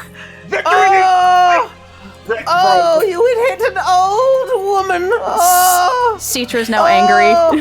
Oh! As she twists the staff, I need you to make a strength saving throw. Damn! As you are launched from where you are 60 feet up into the rafters with the telekinetic spell, as you just go poof. I'm just imagining that. Citra just walks over to her grandmother and casts Cure Wounds on her. It's nothing. I imagine that scene from Metal Gear Solid Revengeance when Armstrong kicks right in the air and right is just flying in the air, flying magic right now. Sidra is staring up at him in the rafters from down below, just glaring like daggers at you for that one. he got launched. I know, she can still see where he went. Yeah, just fuck it. That was a good hit there, Sonny. You definitely learned your lesson, at least this time. Where is Bra? Where is Bra now? You are up in the rafter. Yeah, you got launched with the telekinetic spell. Okay. All right. When does it go back on the ground though? No, you're trapped. You're up in the rafters. You would have to fall down in order to get down there, bro. Hey, you're not so bad yourself, Granny. You're not so bad yourself. Not so bad yourself, Sonny. Any which way, I'm sure with all the hubbub and hoo-ha around here, I suppose at this point we should all just celebrate with a relatively good meal and a time well spent with all of you. Yeah, come on. Lead the way, Granny, and keep getting down from here. He's just like a distant voice. The steps are over there, darling. The steps are over there. Yay! It's just a distance echoing voice of Buddha in the distance. So, Dante raising hands. So, which character did you play? What are you talking about? I put on the show. I didn't play anybody.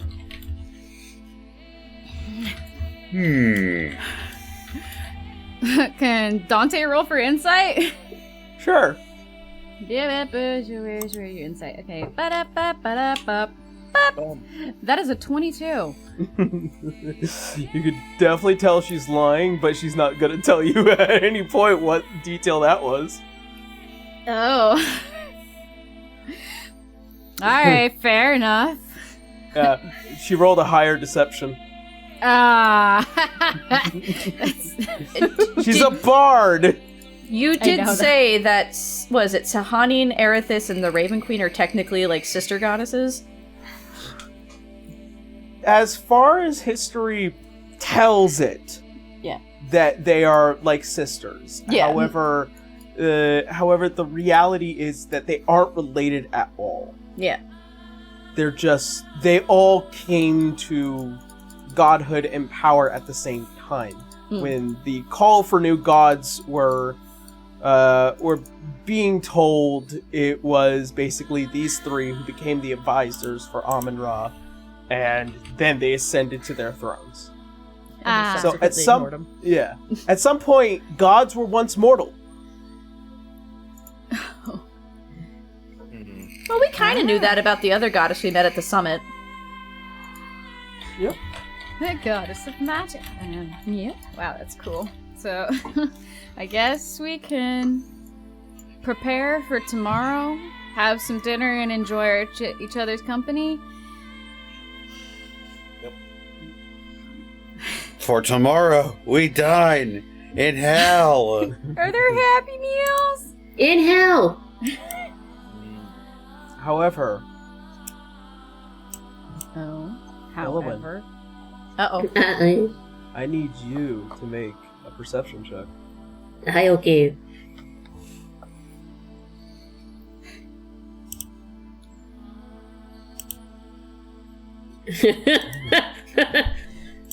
I'm focused on my new friends. Yeah. You feel a strange feeling on the back of your neck, almost as if something was watching you, and then as you go to turn around, it had long since disappeared. Oh, is that Miss Camilla? No. Let me look at my stuff really quickly. No, I do not have that. Can I walk over a little bit in that direction and, like, look around for signs of someone being there? Sure. Make me a survival check. Okay. So, 14. 14? As you begin to look around and kind of inspect, as you reach what looks like to be one of the small rafters, As you look up, there's something faint, almost as if a small wisp in the air, waving from the rafter. As you begin to look more closely, it looks like spiderweb. Kind of bristles a little bit at that. And, I'm gonna go back over to everyone. I think we were being watched. That wouldn't be the first time. But how would they get in here without everybody here knowing? Do you have any idea who that could be? Well, it's probably one that I'm tracking. Is Granny still there with them? Yeah, she looks kind of curious. Unsavory people. If there's some intruders within this city, it wouldn't be the first time.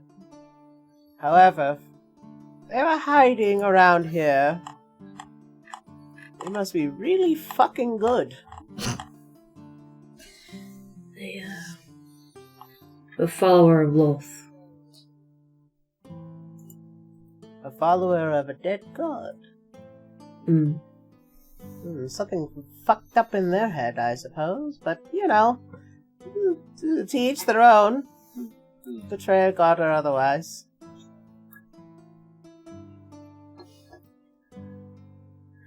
Leo, you okay? You've been quiet this whole time. I'm just sort of taking it all in. You mentioned that someone is watching us? Yeah. Yeah.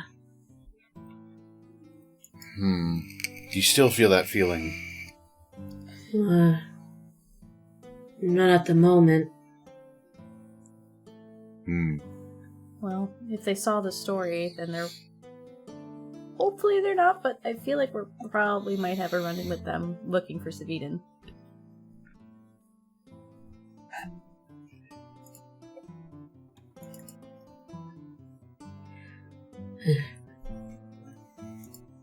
Well...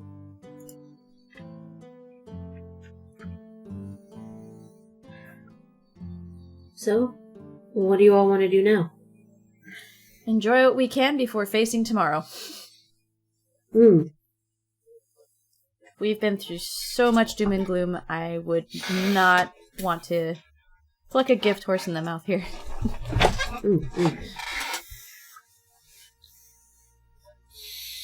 Is there a celebration going on for solstice?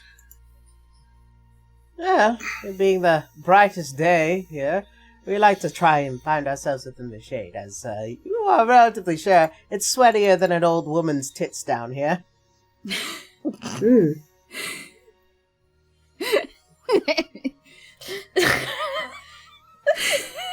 Everyone awaits to hear the next crazy thing out of her mouth. God. Dante snickers, and you would know, wouldn't you?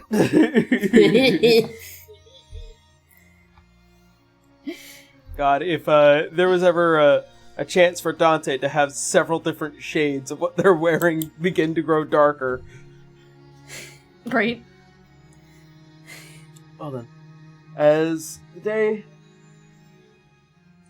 continues on, as all of you enter the city, spend a bit of time amongst yourselves, you all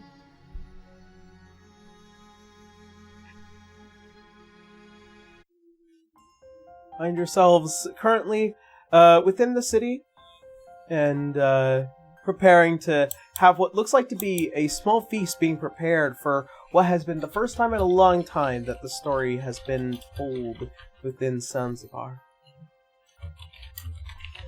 As all of you find yourselves being delightfully greeted by several people from across the town. Let's see. As all of you spend quite a bit of time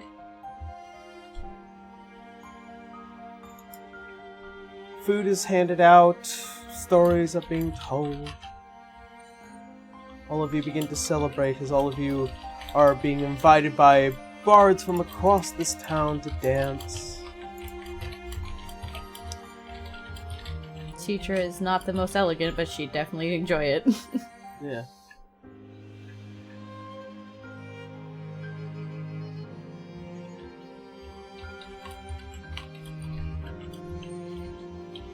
The day slowly turns into the night as the sky turns several different hues before the cold night begins to enter, and you are all kept warm by what is this large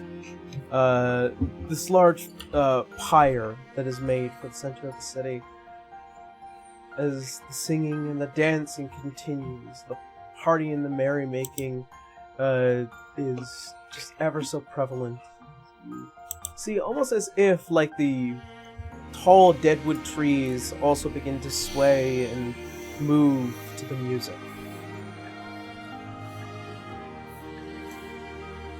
At one point, all of you seemingly are finding yourselves being asked to be dance partners to various different kinds of individuals. Citra has no problem doing that. Neither does Dante. I love to dance. I don't know what I'm doing, but I love to dance. Yeah, as Leo's probably a little bit clumsy, but he'd participate. Alright. As the night continues late and late and late, towards the apex of the night, you begin to see what looks like to be small fireworks being lit and burst throughout the night sky. At first, what sounds like happy merrymaking and happiness purveying throughout the entirety of the city, you hear one large explosion. What you thought was originally a firework. You see fire and smoke. Then you hear screaming.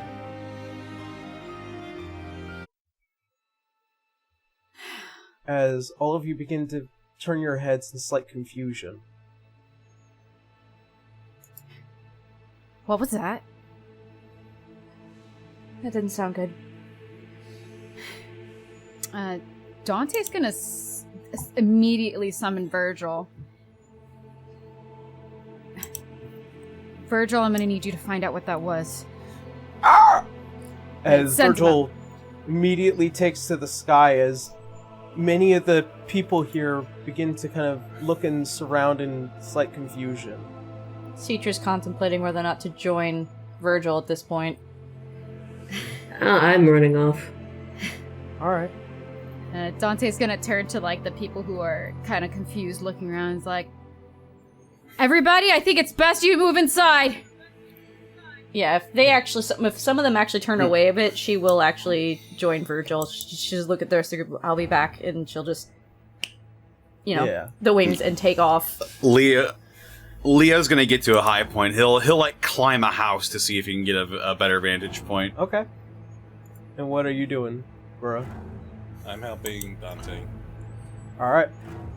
As all of you begin to kind of dictate towards people, you see what was once that large explosion, another one goes off in the city. And you can see as there is fire burning where the theater was. As all of you begin to immediately rush over there. And you, Elwyn, as you are approaching it first, as Virgil is flying over what looks like to be this large smokestack, as the theater is slowly being caught in flames. Elwyn, you see 3 individuals. One of them familiar to your hunt. as if turning around as the night sky reflects through their eyes, you can see Lothric.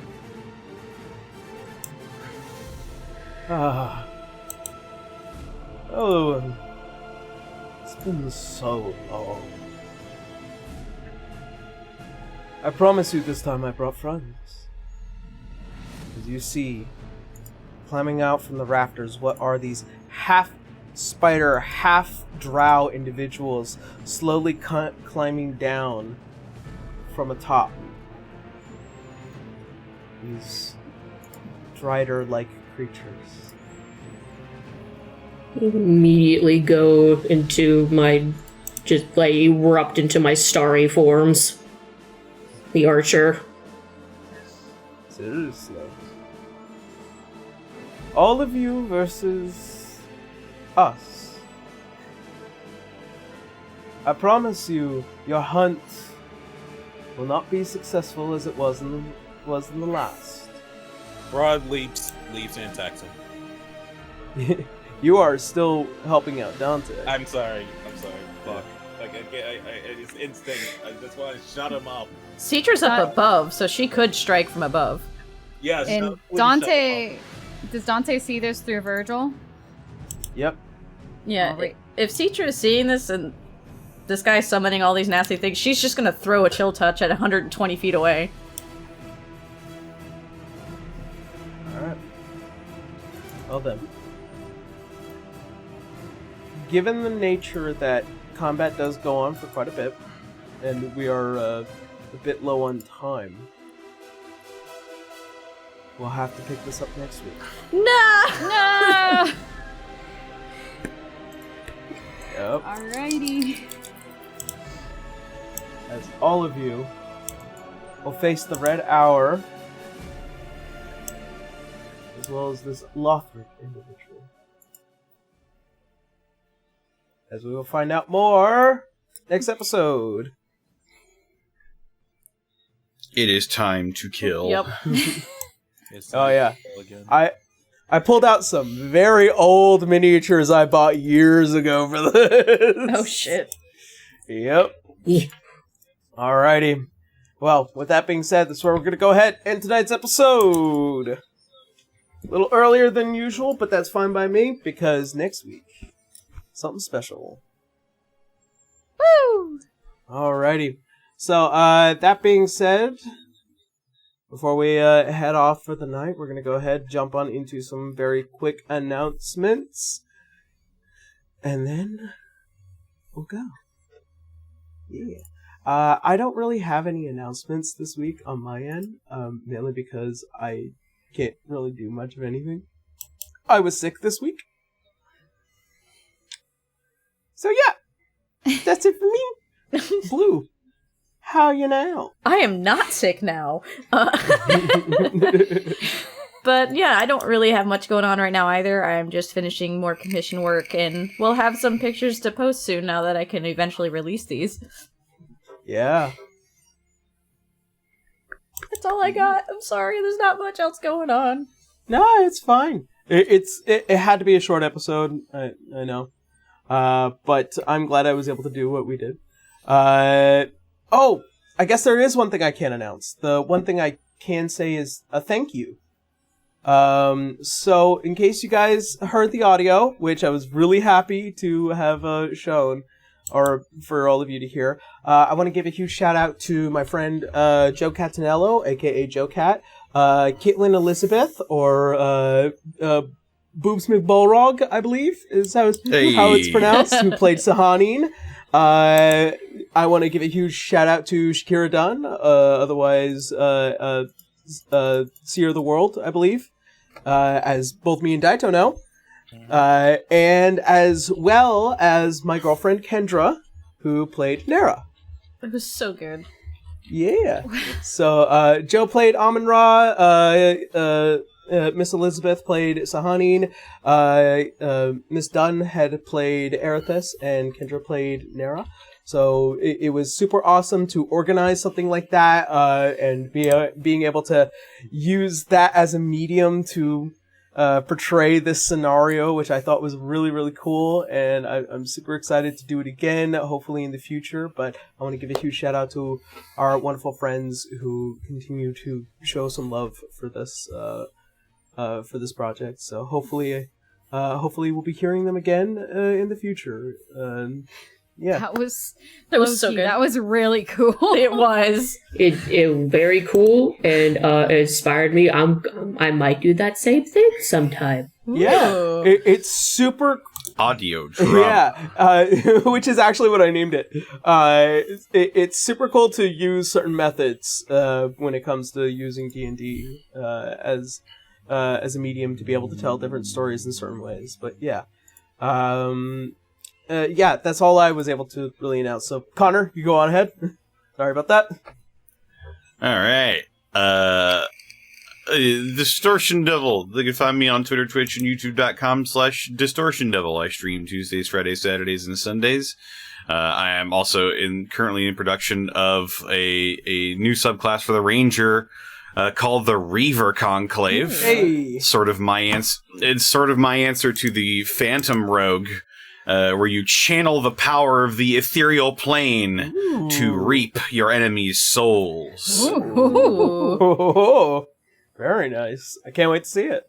Yeah. Alrighty. Next up is Jade. Hi, this is Jade the Firefox, who plays Dante, your changeling rogue paladin. So I have now started a Hive account as an answer to get the fuck off of Twitter. So I don't know if there's like a messaging system quite yet on it, but if you want any commissions, that would be the best place to contact me. And currently working on a couple commissions. I'm looking at you, Daito. It's gonna be done. And and that's all I have to announce. Yeah. Alrighty. Next up is Daito. Hopefully, you're feeling a little bit better. Yep. Yeah, so this is Dido, the half-orc samurai.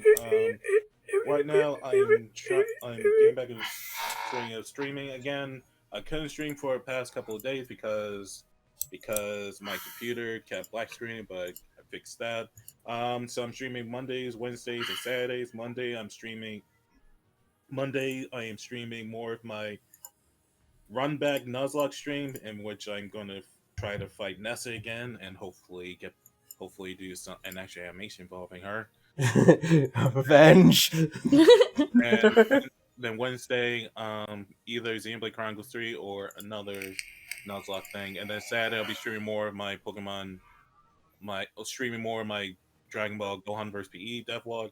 Also, I released a new KWC episode featuring Sada from Pokemon Scarlet.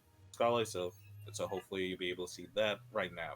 And finally, I also created a Hive account, Tomodachi6, because I also am fearful of the impending crash that is Twitter's fate. I think we all made a Hive account. Yeah. I think all of our users' names here are the same as our Hive accounts, yeah? Yeah. Okay. Alrighty. Well then, it's a good thing I'm following everybody on Hive. I think there's only Uzu left. Yeah, no, I have not made a Hive. So when you do, let us know. We'll do. Otherwise, I'm still on Twitter. I'm gonna be there until the site literally does not exist anymore. Same. Alright. I am Rogue Uzu on there. I'm also Rogue Uzu on Tumblr and YouTube, and that's also my Gmail. So if people also want commissions, yeah, hey, what's up? Poses. Yeah. All right. Is that everyone? Is that all announcements? Nothing else standing? Yep. Yeah, that'd be it. Alrighty. Well then, that being said, thank you all so very much for joining us. Thank you all for hanging out with us. Be safe out there. Try and not get sick like I did. We love you. And as always, see you next Sunday. Bye. Have a good night, everyone. See you next Bye. Monday. Bye-bye. Yeah. Have a good night, everyone.